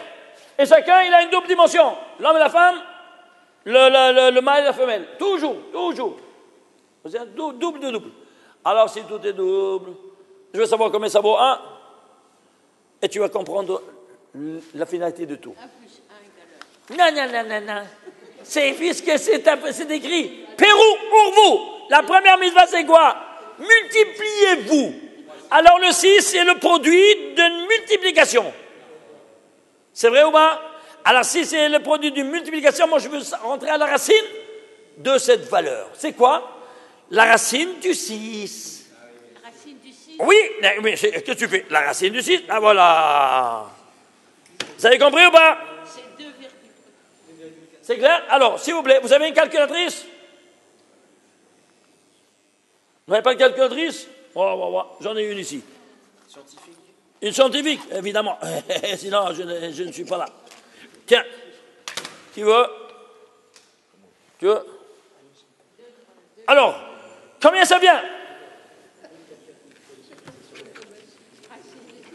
Regardez.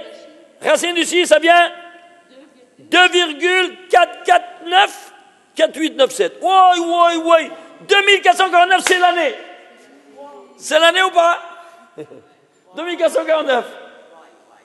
Ouais. Et qu'est-ce que c'est ça? Une fraction d'année. Oui ou non? Alors, fraction d'année. Et quelle fraction d'année? Fraction d'année de 2449 plus des jours. Combien de jours? Alors, comment je vais traduire ça en fraction de jours? Eh bien, je multiplie 0,4897 par 365,25 parce que chaque 4 années, tu es bisestil, 29 février. Alors, si tu fais ça, comme ça, tu as un calcul super précis. Tu as 178, regardez, vérifiez dans vos ordinateurs. Ça vient ça. 178 quoi? Jours. Virgule. 170 jours. Bon, suivez-moi s'il vous plaît. Vous prenez Rosh Hashanah Tishrei, 2449. Tu comptes, tu enlèves 178 feuilles de calendrier. Tu tombes Rosh Chodesh Nissan 2449. Ouais, ils sont chanceux ces barbus. Hein? Il est bon le compte? Voilà, là-bas, ils ont les appareils et ils vérifient. Vous voyez ça ou pas? Pile, Rosh Chodesh Nissan 2449. Maintenant, je veux voir. Quand ça s'est passé? À quelle heure ça s'est passé?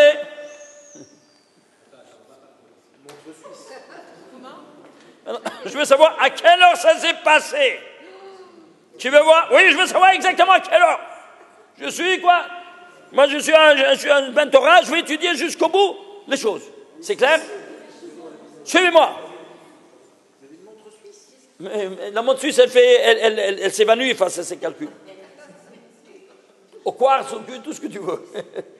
Suivez-moi. Alors, avant d'aller là-bas, de calculer, j'ai dit, je vais aller chez qui? Le candidat à Keuna Geodola. Dans notre génération, il y a eu récemment un Vaada de tous les rabbinim, tous les grands rabbins, Ashkenazim et Sfaradim ensemble, à Binyané Haouma, ici à Yerushalayim. Ils ont pris le grand théâtre de Yerushalayim et ils sont entrés avec 10 000 personnes, il n'y avait pas de la place, même pas à l'intérieur, il y avait peut-être 100 000 personnes. Il y avait dehors, ils ont mis des grands écrans et le discours avait commencé. Sur la table d'honneur, il y avait le décan des sages qui est toujours le Rav Steinman. Il a 102 ans, 103 ans maintenant. L'Enara, jusqu'à 120 ans, Amen Kenyason. Eh bien, il prend lui le microphone et il dit Bruchim Abaim, Kvod Rabbanim, et chacun, l'Chvi Kvodo Ma'alato. Et je veux donner le microphone au premier pour nous dire quelques divrei Torah. On est ici pour ça. Et pour cela, j'invite ceux qui est le candidat à être le Kohen Gadol de notre génération. Qui c'est? Hacham Shalom Cohen, qui aujourd'hui a pris la place de Rav Ovadia Yosef Alav Shalom, après qu'il nous a quittés. Lui, il est venu, il a pris sa place. Tout le monde l'a nommé parce que lui était numéro 2 du chasse. Et c'est le Rosh Yeshiva de Porat Yosef, comme vous savez. Un très grand sage, et qu'il a une ishtalchelut, un enchaînement généalogique de kabbaliste. Son père, c'était le Rav Ephraim Cohen. C'était un grand kabbaliste, qui était même... Il enseignait, il était avec le Rav Kadour et le Rav Shalom, collègues et tout. Ils étudiaient ensemble, c'était quelque chose de vraiment très, très élevé. Alors... il a dit, j'invite ici Hacham Shalom Cohen qui ouvre cette soirée. Alors, moi, je savais qu'il était préposé à être le Cohen Gadol. Alors, il habite près de chez moi, on habite ensemble, c'est-à-dire, on est voisins, en vieille ville. Alors, j'étais chez lui, je parle d'il y a 20 ans de ça. J'ai fait ces calculs, c'est pas maintenant que j'ai fait ça. J'étais chez lui, je lui ai dit, Hacham Shalom, je veux savoir quand ça s'est passé. Lama, je veux savoir. C'est pas permis. Bien, on va faire un calcul. Comment on calcule? Voyons un peu quel est le Seder Hayom, qu'est-ce que tu dois faire pendant cette journée. Voilà ce que tu dois faire. Korban Atamid Shel Shachar. Alors, combien de temps ça te prend, je lui dis? Korban, tu dois égorger, enlever la peau, enlever les entrailles, et 20 minutes au moins, entre 20 minutes et une demi-heure. Ensuite, les Ketoret et la Menorah. Korban, Ketoret et Menorah, ils vont ensemble. Ok? La Menorah et les Ketoret vont ensemble. Combien de temps? Ça c'est vite fait, on peut faire. Bon. Ensuite, Moussafin, Rosh Chodesh, Nissan, il y a 14 Kevassim. Comment on dit Kevassim en français? Agneaux. 14 agneaux. Alors ça, c'est un gros travail. Et seulement le Kohen Gadol, il pouvait faire ça. Alors, il devait égorger, enlever chacun la peau, les entrailles, et enlever tout à chaque chose. Et ça prenait comme un poulet. Un poulet, combien ça te prend pour le préparer à le mettre à la cuisson? Pas mal de temps. Ben ici, c'est un agneau. Imaginez-vous. Bon, elle m'a dit 20 minutes, une demi-heure. Bon, multiplie par 14. Ouais. Ça te fait quoi? Ça te fait au moins les premières heures de l'après-midi. Vous comprenez? Ensuite, ici, Sa'ir Rizim, le Hatat, encore un Korban, et Korban Nachshon Ben Aminadab, quand il a porté le premier prince comme Nachshon Ben Aminadab, la foudre est tombée du ciel, et tous en ovation, ils ont vu ça, le dévoilement de la présence divine. Alors quand c'était? Calcul, les premières heures de l'après-midi. C'est clair? Alors, faisons le calcul maintenant. C'est clair? Alors, on est arrivé ici, on est arrivé là. Maintenant, on a fait, donc on va prendre ça. Ça, c'est une fraction de journée. On va multiplier 0,86292 par combien? Par 24. C'est juste ou pas? Oui, ça ou pas?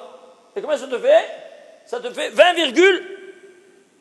et une fraction de jour. Alors, 20 heures, la 20e heure de la 178e journée de l'année 2449. Et c'est quoi 20 heures? C'est simple. Veille Erev, veille Boker, le jour commence par la nuit et termine par le jour.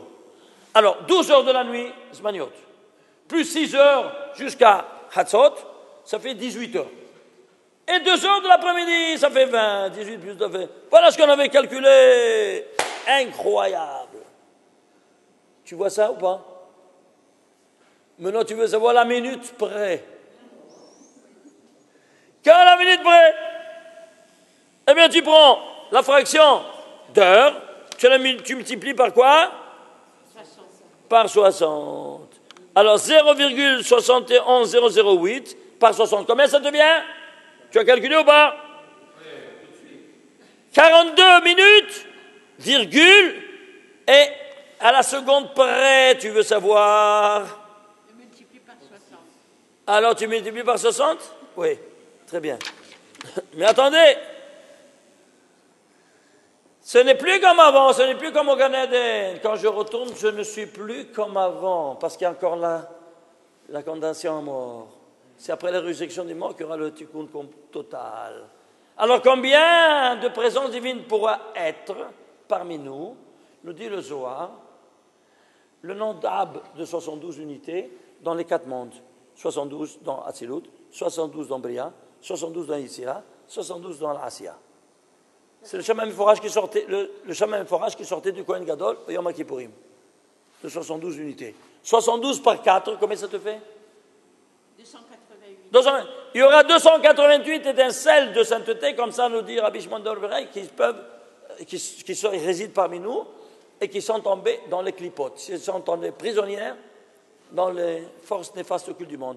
Et chaque fois que nous disons une bracha, Baruch Ata Hashem Elokeinu, Melech HaOlam, dans Melech HaOlam, on doit penser de les séparer, de les trier des forces qui les tiennent prisonnières. Quand tu dis Melech HaOlam, maître du monde, allez, sors d'ici, je te libère. Ça, il y a des kavanot, dans chaque kavanot du Harizal, il ramène ça. Et combien c'est? 288. Très bien. 288, 72 par 4, ça vient 288. Alors, c'est de là, ça vient Rafah Nitzotzin Dikdusha, ça s'appelle. 288, je n'ai pas parlé 98. 288. Ça vient du calcul 72 dans les 4 mondes. 72 par 4, ça fait 288. C'est clair? Très bien. 72, c'est le Shema Meforach, le très saint nom divin, dans les 4 mondes. Atzilut, Beria et Asiya qui sortaient de la bouche de Kohen Gadol, à Yom Kippourim, qui se dévoilaient. C'est clair? Alors, qu'est-ce qu'on fait? On prend ça, on multiplie par 60. Regardez, 0,60. On ne plus rien. 60, 48 par 60 égale 36e seconde. Combien ça reste?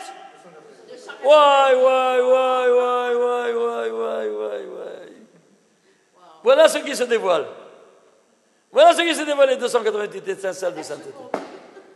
À la seconde près, à la minute près, à l'heure, à la journée et à l'année. Ça, c'est la symbolique du 6. Et vous vous rendez compte de ça ou pas? Comment est-ce possible? Pourquoi on a fait la racine? Parce que c'est double. Parce que chaque jour, il y a une double création. Et cette double création doit s'unir. Oui, le plus et le moins pour avoir la création, même en leur sein. C'est clair? Alors, je veux savoir le sens de toute cette création universelle. Et qu'est-ce que je fais? La racine du 6. Et c'est pour cela que mon cher Rabbeinu, il ne pouvait pas commencer. Il attendait l'ordre divin. Et pourquoi l'ordre divin? Parce qu'il manquait encore ces quelques jours jusqu'à Rosh Chodesh Nissan pour que ce calcul soit exact. Vous vous rendez compte? Et comment on explique les 1000, le facteur de 1000 qui va? Quoi? Parce que c'est 2.449, la racine. On a multiplié par 1000. Combien de chiffres il y a après la virgule? 4 et 4, 8. Combien de chiffres il y a? Allô? 7. Non, oui. Oui. Non, je dis que, non, je dis que 6, la racine c'est 2. 2.444. Mais combien de chiffres tu as au total ici? 8. Pourquoi 8? Parashat Shmini, on parle, qu'est-ce qu'on a dit? Le 6, c'est la matérialité. 7, spirituel. Le 8, dévoilement de la présence divine. Alors tu prends 8 chiffres. Parce que le 8, c'est le stade du dévoilement divin. C'est clair ou pas? Si toi, tu ne tiens pas compte de ces paramètres et de ce discours ésotérique que le Zohar t'enseigne, tu n'arrives nulle part. Alors on prend 8 chiffres. Ah, tu prends 8 chiffres. Pourquoi ça s'appelle Parashat Shmini? Pourquoi ça s'appelle la 8e Parasha? Le 8e jour. Pas Parasha, 8e Parasha. Le 8e jour. Pourquoi 8e jour c'est dévoilé? Justement pour ça. Parce que le stade 8, il y a le dévoilement. Ah, tu dois prendre 8 chiffres pour que tu dévoiles quand ça s'est passé. C'est clair ou pas? Et 4, ils sont en moitié. 4 qui donnent la dimension et les autres qui donnent la fraction de cette dimension. Ajouter. Mais vous vous rendez compte de ça ou pas? Racine de 6 c'est illimité. Mais je n'ai pas dit le contraire. Ça peut être limité aussi. Ça peut être limité. Mais toi, tu te limites à 8 justement pour ça, parce que tu as Parashat Shmini, je répète. Mais tu veux dévoiler exactement quand ça s'est passé. La paracha même, tu le dis, le nom de la paracha, la 8e dimension, il y a un dévoilement. Écoutez-moi bien. Prends le nom du Mashiach. Il a 8 noms. Vous saviez ça ou pas? Il a 8 noms. Il a 8 noms. Prends la Gemara, tu vas voir. 8 noms. Le Kohen, Gadol, il avait combien d'habillements? 8. Tu piges? Écoutez, j'ai toute une conférence sur le 8. J'ai écrit tout un livre sur le paramètre 8. Je ne vais pas y rentrer. Sinon, on ne s'en sort pas. C'est clair. C'est spectaculaire, le 8. Et pour vous dire quoi? Pardon? Parce que c'est le dévoilement au stade 8. Il y a par exemple, dans la Naïla, c'est écrit Innon ve'elia ani sholeach. Innon, c'est un des 8 noms. Et pourquoi c'est un des 8 noms? Innon. Combien ça vaut Innon? Tiens, j'ai pris ce nom Innon. Chaque nom est spectaculaire. Innon. 110, 100. Yod, Nun, Vav, Nun. Nun, 100. Non, Nun 100. Et Yod et Vav, 16. Total 116. 116. Tu sais pourquoi 116? Parce qu'il te dit, suivez-moi. Dernière phrase, verset de la parashat Bereshit. Après la catastrophe qui se vit d'abord dans le monde, il termine Venoach matza chen be'enei Hashem. Et Noach a trouvé grâce au nom, aux yeux de Dieu, de l'Éternel. Noach et chen sont les mêmes lettres renversées, symétriques. Pourquoi? Maase avot siman labanim. Ce qui est en nos pères, c'est une préfiguration de ce que sera la vie de leurs enfants. Vous me suivez? Vous suivez ou pas? Alors, Noach, comment ça va Noach? plus 58, 116. Lui, il est la deuxième humanité. Alors, 116, on parle au niveau humanitaire, universel, donc c'est de jubilé. Au 116e jubilé, Dieu a trouvé grâce, comme il a trouvé grâce, Noach Matzah Chen Ben Hashem, le 116e jubilé, Dieu va trouver grâce pour se dévoiler. Alors, un des noms du Mashiach, il y a un nom qui vaut 116. Tu veux un autre exemple, Ma'asavot Sibana Banim? Tant qu'il y avait les enfants de Jacob qui vivaient, il n'y avait pas d'esclavage en Égypte. Le dernier qui est mort, qui était? Alors, Lévi. Qui? Lévi. S'il te plaît, écris Lévi en entier. Lamed Mamdalet. Écris en entier Lamed, Vav et Yod en entier. Ça te fait 116. Et lui, qu'est-ce qu'il a eu? Pendant 115 ans, il a vécu 116 ans. Et alors, qu'est-ce qu'il y a eu? En 116e année, ça a commencé quoi? Toutes les plaies d'Égypte. Pourquoi? 115, Gematria, Azazel, le diable. C'est Gematria, 115. Alors, 115 jubilés, on est sur le domaine du diable. Le 116e, ça commence la délivrance. Alors, première plaie, une semaine, tout en sang. Ça a arrêté le sang, 3 semaines de repos. Deuxième plaie, une semaine, 3 semaines de repos. Troisième mois, une semaine Zbeng et 3 semaines de repos. 10 mois, 10 plaies. Avant de la fin de l'année, 116e jubilé, sorti d'Égypte. C'est clair? La mort des premiers-nés, ils sont sortis. Donc, quand ils sont sortis, au 116e jubilé. C'est clair? Alors, si c'est 116e jubilé, Maaseh Siman Labanim, nous aussi on aura au 116e jubilé. Si c'est 116e année, nous on est en jubilé. C'est la fin de l'humanité. Alors, qu'est-ce qu'on aura? Au 116e jubilé, il y aura quoi? La délivrance finale. Alors, quand c'est 116, quand ça commence, quand c'est 116, combien 116? 116 par 50. Combien ça fait? 5800. Combien on est? Ouais, 5778. Ouais. Alors, vous voulez maintenant un calcul plus précis? Si ça nous rapproche. Ah, mais là, vous voyez, alors, excusez-moi. Alors, Si ça nous rapproche. attachez vos ceintures.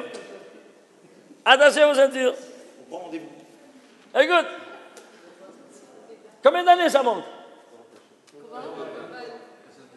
Mais dis-moi, une minute. Toi, tu fêtes le Shabbat à la fin du Shabbat ou à l'entrée du Shabbat? À l'entrée. C'est-à-dire 24 heures avant. Oui. Alors ici, 5800, c'est la fin du 16e jubilé. Mais quand il commence, 50 ans avant. Oui ou non? Ah. Alors quand tu vas commencer à le fêter, 50 ans avant, c'est combien? 5750 et un jour. Combien on est? On est 5777. On a dépassé le cap de la moitié. Et alors pourquoi? Ouais.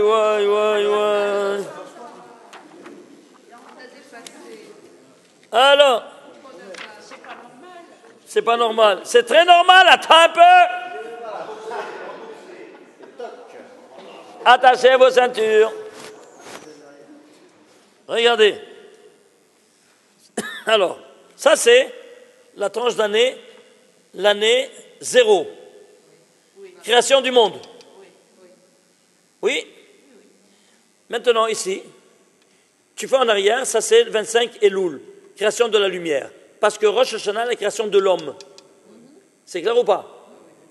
Vous arrivez à voir? Oui, très bien. Alors, ici, création de l'homme, ici, création de la lumière.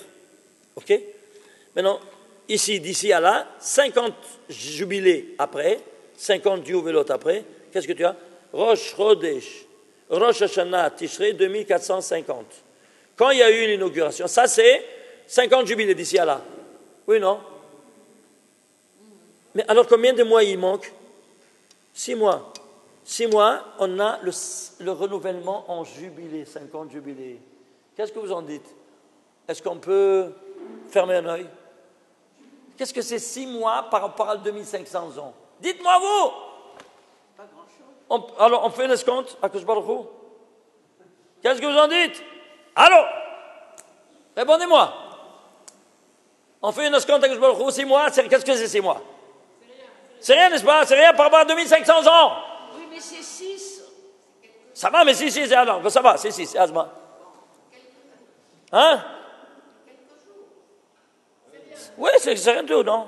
Allez, on accepte. Alors, c'est le 50e jubilé ou pas? Mais il y a 6 mois d'écart. Non! J'accepte pas. Non, si c'est pas précis, ou alors, sors d'ici. C'est clair ou pas? Ah oui, on veut pourquoi le 6? Il y a pas. 6 mois, pourquoi? Il y a 6 mois, je m'en fous, même un jour, même une seconde près, il n'y avait pas. Une seconde. Ah, vous êtes d'accord? Si on a vu que même la seconde près ici, tu vas te mettre à faire des tarboulottes, disons, pour carrer les comptes. Si ça ne tient pas, il y a quelque chose qui cloche dans ton raisonnement. Oui ou non? Ouais, je me suis cassé la tête, regarde. Je dois trouver, sinon comment se fait? Ouais. Je me suis rappelé une Gemara dans ma Sechet Rosh Hashanah, quand le monde a été créé. Il y a une discussion talmudique qui nous dit quand le monde a été créé. Rosh Hashanah, oui, Maseret Rosh Hashanah, il te rapporte ici, page 10b et 11a, Rosh Hashanah, il te dit quand le monde a été créé. Une machloket apparente entre deux Tanaïm, Rabbi Yeshua et Rabbi Eliezer. Rabbi Yeshua, qui dit, quand ça a été créé, vous arrivez à lire, Omer, Benissan Ivra Olam.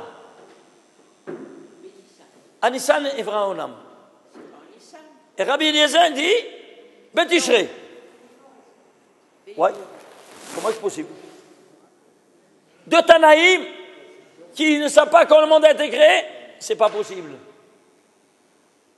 Tu sais, pour être un Tana, qu'est-ce que tu dois faire comme preuve? Faire ressusciter un mort. Sinon, tu ne peux pas être un Tana. C'est-à-dire que tu connais tous les secrets, comment faire ressusciter un mort. Chez moi, tu connais tout ce que tu savais. Tu vas dire qu'il ne savait pas quand le monde a été créé. Alors, il y a quelque chose qui cloche chez toi. Si toi, tu ne comprends pas, c'est dans ta tête.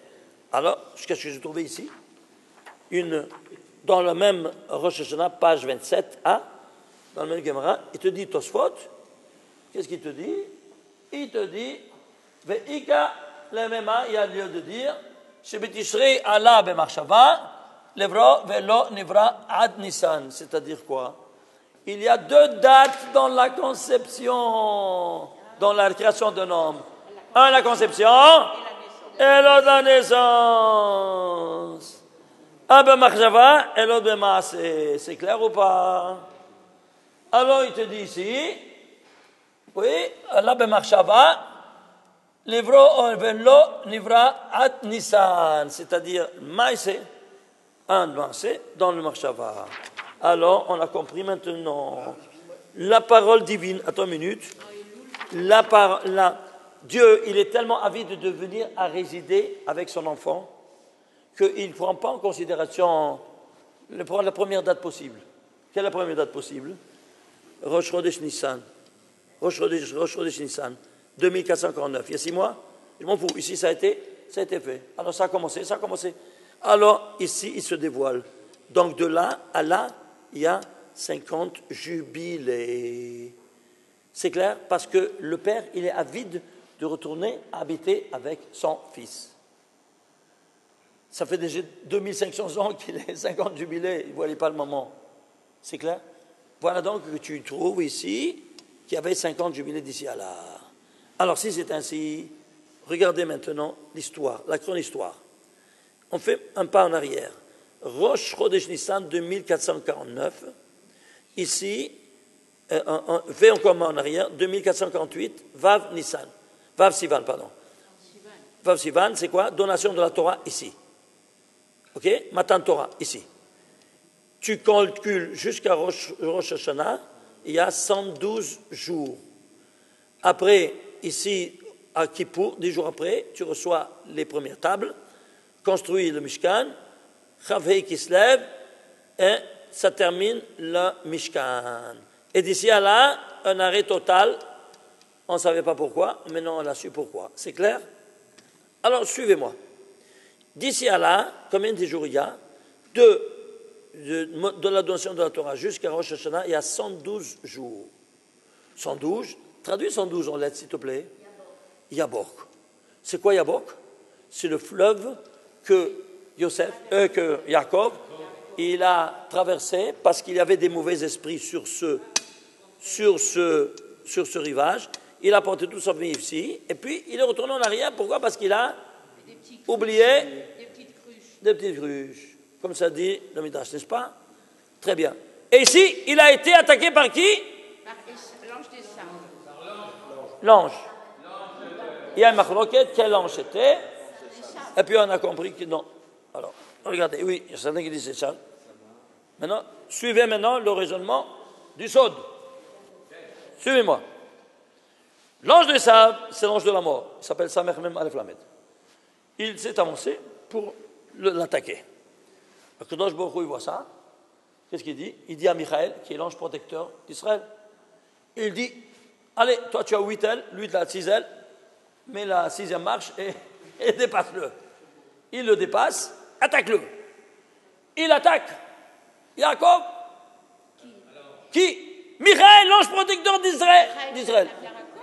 Imagine-toi, oui, écoute, ça c'est la version du Sod. Il attaque. Il voit, il dit bang. L'ange protecteur de Yaakov d'Israël, c'est Michaël. Il attaque Yaakov.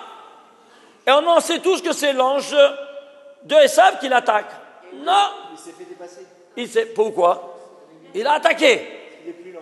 Il a reçu ordre de Kiboucho, allez devance l'ange de la mort, sinon il est foutu. Alors tout de suite, il le dépasse et il l'attaque. Il arrive en retard quand il voit cette lutte-là. Qui? L'ange de Esav. Oui. Alors, l'ange de Esav, il a le visage d'un chien. L'ange de Michaël, il a le visage d'un lion. Ça, vous devez le savoir. Alors, le lion, il dit au chien, dis-moi, si moi je n'arrive pas, toi tu vas y arriver? Non, fous le camp, alors laisse-moi continuer la lutte.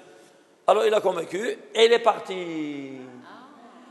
Il a compris qu'il a fait ça pour le sauver de l'ange de la mort. Tu as compris? Mais il continuait, je bang. Il dit, mais allô, tu l'as envoyé balader avec cette remarque. Mais pourquoi tu continues à me tabasser? Il lui a dit, tu t'es rendu coupable de la peine de mort. Moi? Oui. Comment? Tu as fait un neder.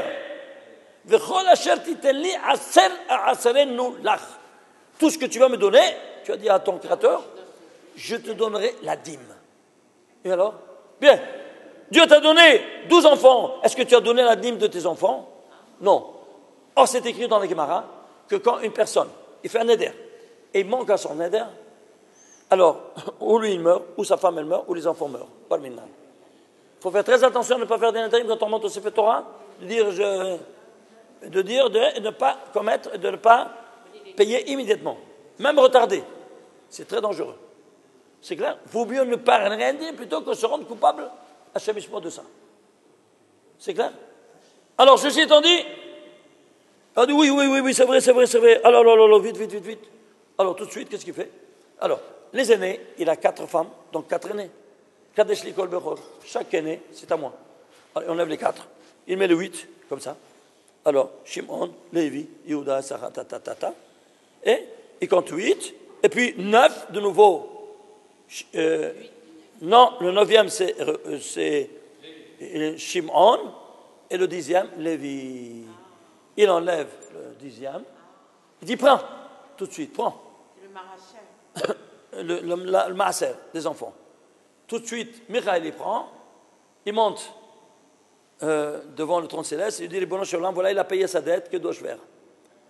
Alors, Kadosh Baruch Hu, son trône céleste, il met la main sur la tête de Lévi, et lui le bénit, il lui dit, Yeretson, que tu me sers en bas comme Michaël me sert en haut. Michaël, c'est le Kohen Gadol dans le Beth Amikdash Shel Ma'ala, céleste. Et lui, il le nomme comme Kohen Gadol dans le Beth Amikdash terrestre. Tout ça, c'est Piasod. Alors, qu'est-ce qu'il fait? Il entend Saint Michael, le Kohen Gadol d'en haut. Tout de suite, il est jaloux. Il dit, ah, il me prend mon job, celui-là. Ah non, non, non, j'accepte pas. Alors, qu'est-ce qu'il fait? Il dit, si le fils, il est Kohen Gadol, le père aussi, il est d'office qui est Kohen Gadol. Alors, comment faire? Tout de suite, il descend, et il vient, et bang, il lui donne un coup ici, à la hanche. Oui, pourquoi? Il le rend invalide. Un Kohen Gadol ne peut pas être Balmoum. Balmoum, c'est-à-dire quoi? Ayant un défaut corporel. Et il a rendu peur pour qu'il ne soit pas Kohen Gadol. Il voulait prendre son job. Il lui dit, qu'est-ce que tu fais? Il dit, il veut me prendre mon job, je n'accepte pas. Appelle tout de suite Raphaël. Il appelle tout de suite Raphaël, l'ange, pour le guérir. Alors, il a pris, il a guéri. Voilà comment ça s'est passé. Alors, il lui dit, je ne te laisse pas si tu ne me bénis pas. Qu'est-ce qu'il lui dit? Donne-moi ton passeport. Il lui donne son passeport. C'est écrit, Yaakov ben Israël. Il prend un tampon, je bang. Il dit quoi? Israël ben Israël. Ton nom sera, non, Yaakov ben Israël. Tiens, prends. Quoi, c'est toute la bénédiction? Oui, toute la bénédiction. Qu'est-ce que ça veut dire ça? Suivez-moi. Qu'est-ce que c'est le nom d'Israël? Toi, tu seras celui qui va dévoiler au monde qu'il y a un seul Dieu. Et ce nom va te définir. Israël, les premières deux lettres, c'est quoi? Yesh. Les deux dernières lettres, c'est quoi? El. Il y a un Dieu. Avec quoi tu vas témoigner qu'il y a un Dieu? Combien ça vaut Yesh? 310. Combien ça vaut El? 31, 310, c'est quoi? Maaser. Avec la dîme que tu as donnée, tu vas témoigner qu'il y a un seul Dieu dans le monde. Et pourquoi? À travers le Maaser que tu vas donner, on va construire le sanctuaire. Vous avez compris maintenant? Maintenant, on n'a pas de Mahabha volonté dans la Bible de sanctuaire. Quand il n'y a pas de sanctuaire, à qui on va donner le Maaser? Dans les endroits où on étudie les 4 amot de la halakha.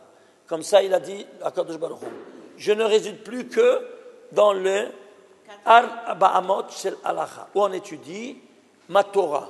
Et en particulier, où on étudie le Sod. Vous entendez? C'est pour ça qu'aujourd'hui, le top du top, c'est quoi? Donner où on étudie le Sod. Dans des shivot, on étudie le Sod. Pardon?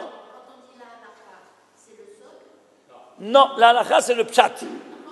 Mais en particulier, Rabbi Shimon ben Yochai, il te dit, Ifkun min galuta, je veux te libérer de la délivrance de la prisonnier et de tout ce qu'il y a jusqu'à présent, seulement si tu étudies le Sod.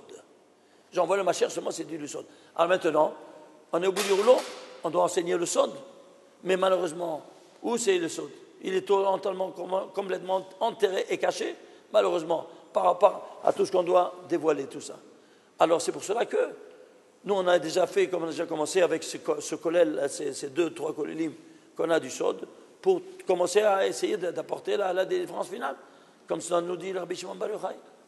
Et c'est pour cela qu'il est venu en rêve, le père de Rav Auerbach, Zalman Auerbach, le Rosh Yeshiva de Kol Torah, une des plus grandes yeshivot lituaniennes dans le monde qui a Beit Vagan ici à Yerushalayim. Il est venu en rêve. Son père, il était une iftar. Il vient et lui dit, il fait comme ça, mon fils, tu sais, le Mashiach ne vient pas à cause de vous. Pourquoi, papa? Parce que vous n'étudiez pas le Sod. Comme ça, ils ont dit le Bedin Shelmala. À cause du fait qu'ils n'étudient pas le Sod, alors on ne voit pas encore le Mashiach. Il se réveille en sursaut avec de la sueur, tellement il voyait cette réprimande comme ça, très sévère, son père. Et il s'est rendu compte qu'en n'étudiant pas le Sod, il lui a dévoilé qu'est-ce qu'ils ont décrété au ciel. Alors il dit, après ce rêve, je ne peux plus être comme avant. Tout de suite, le lendemain, il cherche, il dit, je vais faire une yeshiva tout de suite. Où? Il est venu dans la rue Rehov Rashi. Oui, il est yeshiva de mon maître, Rav Kadour et Rav Darzen Shalom. Il a dit, moi, je ne sais pas, hein. Au moins quand je suis au voisin, quand on a des questions et réponses, on va tout de suite taper à la porte. On va chez lui, chez le décan des kabbalistes dans le monde. Et comme ça, il a cherché. Tu es ici aujourd'hui, vous passez le trottoir, de l'autre côté de la rue, à 70 mètres maximum, vous trouvez Shar HaShamayim, un petit bâtiment de 3 étages, très étroit. Shar HaShamayim, c'est quoi? Les portes du ciel. Ça, c'est la première yeshiva lituanienne au monde de Kabbalah. Vous entendez? Elle est venue après ce rêve que lui-même il a raconté. Maintenant, il est parti. Malheureusement, bon, ses enfants, maintenant, prennent le relais. Pour vous dire quoi? L'importance de l'étude du Sod. Alors, ceci étant dit, je termine avec ça. Alors, qu'est-ce qui se passe? Alors, voyez ici. Ici, il reçoit donc je ne vais pas dire combien de temps, je n'ai pas terminé. Israël, il y a Yeshel. Et au milieu, quelle lettre il y a? Et Resh, c'est quoi? Combien ça vaut Resh? 200. Quelle signification ça a, ce Resh? Pourquoi tout tourne autour du Resh, ce Maaser? J'ai trouvé un Talmud dans Masechet Péa qui nous dit Kol mishi yesh lo 200 lo itol. J'ai entendu, tous ceux qui ont 200 n'ont pas droit. À quoi? C'est sous-entendu à la coupa communautaire de Tzedaka. C'est-à-dire, le critère, le SMIG, on dira aujourd'hui, c'est celui qui a de 0 à 199 zouz. C'est clair? Alors, il a droit à la coupa de Tzedaka. Combien ça vaut le mot Tzedaka? 199. Ça te dit exactement combien de zouz il doit avoir. S'il a 200, l'oïtol, il n'a plus droit. C'est le SMIC, donc il passe le barème qu'il est riche. C'est clair? Alors, ça c'est écrit dans Masechet Péa. Dans Yerushalmi, dans le Talmud Yerushalmi, je vois quelque chose de spectaculaire. C'est écrit Yerushalayim lo nivdet ella bizdaka. Yerushalayim ne va se rédimer qu'avec la tzedaka. C'est-à-dire quoi? Elle est pauvre. De quoi? De son Beth Amikdash. C'est-à-dire, elle est dans le statut de 0 à 199 zouz. Oui, non? Combien il lui faut pour ne plus être pauvre? Un quoi? Un zouz. Combien ça vaut? Zouz. Zain, Vav, Zain. 14. Zain, 7. Vav, 6. 6 hein? 13. Et plus 12. Et plus Zain. 20. 20 à 200 qui est le reste. Combien ça devait? De nouveau le Maaser. Alors tout le but, c'est d'arriver à ce que le Beth Amikdash soit reconstruit. Ça suffit un zouz, c'est-à-dire, si nous on donne un zouz à la Torah, et en particulier où il y a le Sod, eh bien on sera participant de quoi? De la Geoula Shlema. Je termine avec ça. Alors ceci étant dit, alors ici il reçoit le nom Israël. Vous voyez ça? Israël. Ici, c'est le Yabok. C'est clair? Il reçoit Israël. Maintenant, lui, qui c'est Israël? C'est le porte-parole du message divin, de Dieu, en terre. Si c'est le porte-parole de la parole divine en terre, c'est le porte-flambeau, c'est la lumière. Alors, je vois que c'est la lumière. Alors, où est écrit la lumière? Ici. Regardez quelle est la distance entre ici et là. C'est combien? Alors, tu calcules. D'ici à là, et d'ici à là, 112. Ce total, ça te fait combien? Ça te fait 461. Vous voyez ça ou pas? Alors, le mètre de lumière, dont nous on est porte-parole, c'est 461. S'il vous plaît, si c'est 461, c'est Israël, parce que ici tu trouves ton identité, jusqu'ici.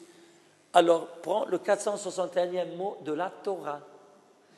Le 461e mot de la Torah se trouve dans le récit du Shabbat, le 7e jour, par le mot qui vaut Shabbat mikol melarto asher ba Elokim la'asot. Tu prends le yod. Puisqu'il y a 50 jubilés, s'il vous plaît, 50 jubilés, oui, non, dis là. Alors tu vas compter 50 lettres en arrière, tu trouves un shin. 50 lettres en arrière, un resh. 50 lettres en arrière, un aleph. 50 lettres, un lamed. Israël en saut régulier de 50. Est-ce que vous voyez ça, 461, d'où ça vient? Ici, jusqu'à là. Maintenant, ça c'est caché. On ne voit pas parce que c'est tout en code, en surrégulier de 50 lettres. Au 461e mot. Quand va se dévoiler le nom d'Israël? Vous savez quand il va se dévoiler? Quand il va se dévoiler? Allô? Hein? Non, quand il va recevoir là-bas, au Yabok? Oui ou non? C'est vrai ou pas?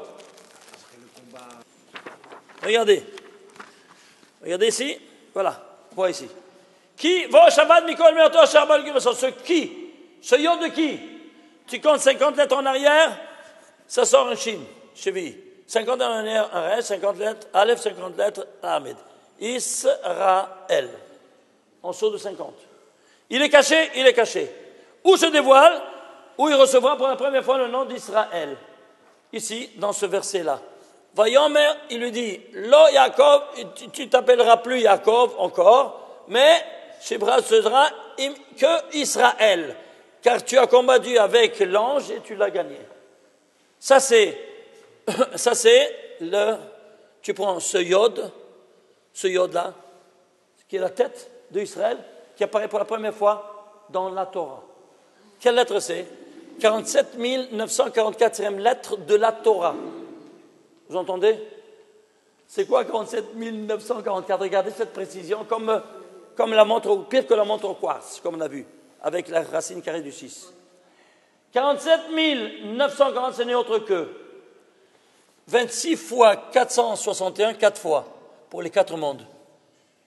26 fois 461, plus 26 fois 461, plus 26 fois 461, plus 461, ça te fait 47 944.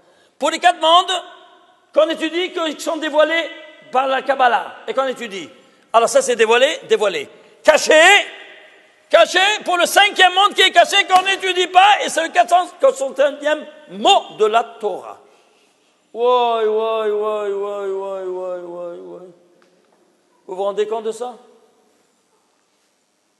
Mais regardez, une lettre en plus de Bereshit, ou une lettre en moins, dans l'histoire d'une personne ou ça, tout disparaît. Mais c'est pas de... Dites-moi, est-ce que c'est un homme qui peut écrire un livre pareil? Dites-moi franchement.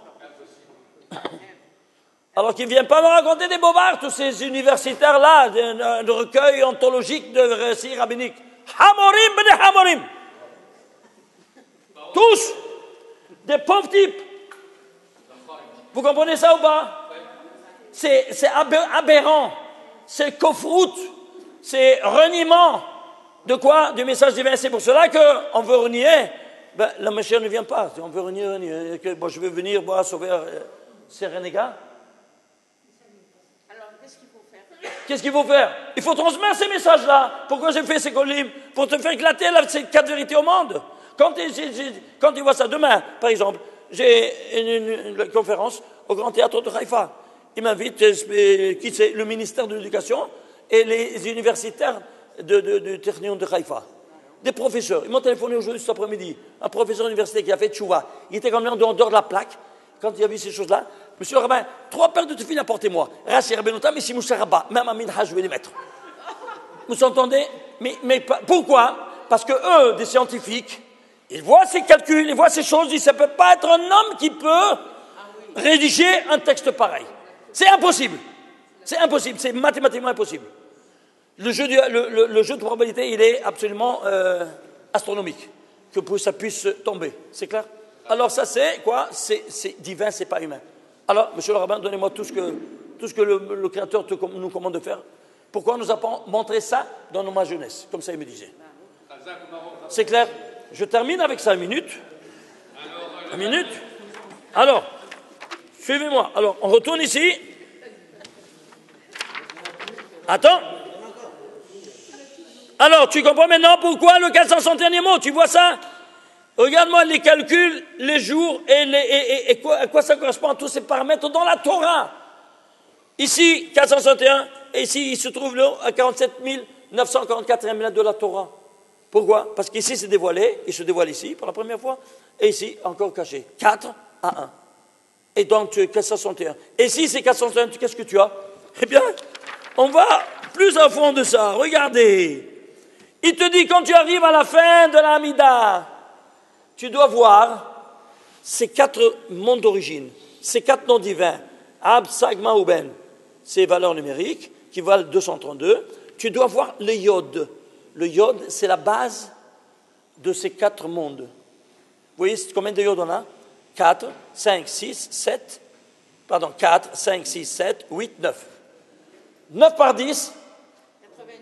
90, très bien. Alors c'est quoi? 461, ça c'est le 461e mot. C'est quoi? C'est un nombre premier, lequel? Le 90e nombre premier. Et c'est quoi ces 90? C'est les 9 Yudin. Tu sais c'est quoi les 9 Yudin? Nous dit la Kabbalah, dans ça la Kavanot Varizé, les ramenants du Rabbi Shimon Bar Yochai, il te dit, tout le sod de l'Amida repose sur ces 9 Yudin.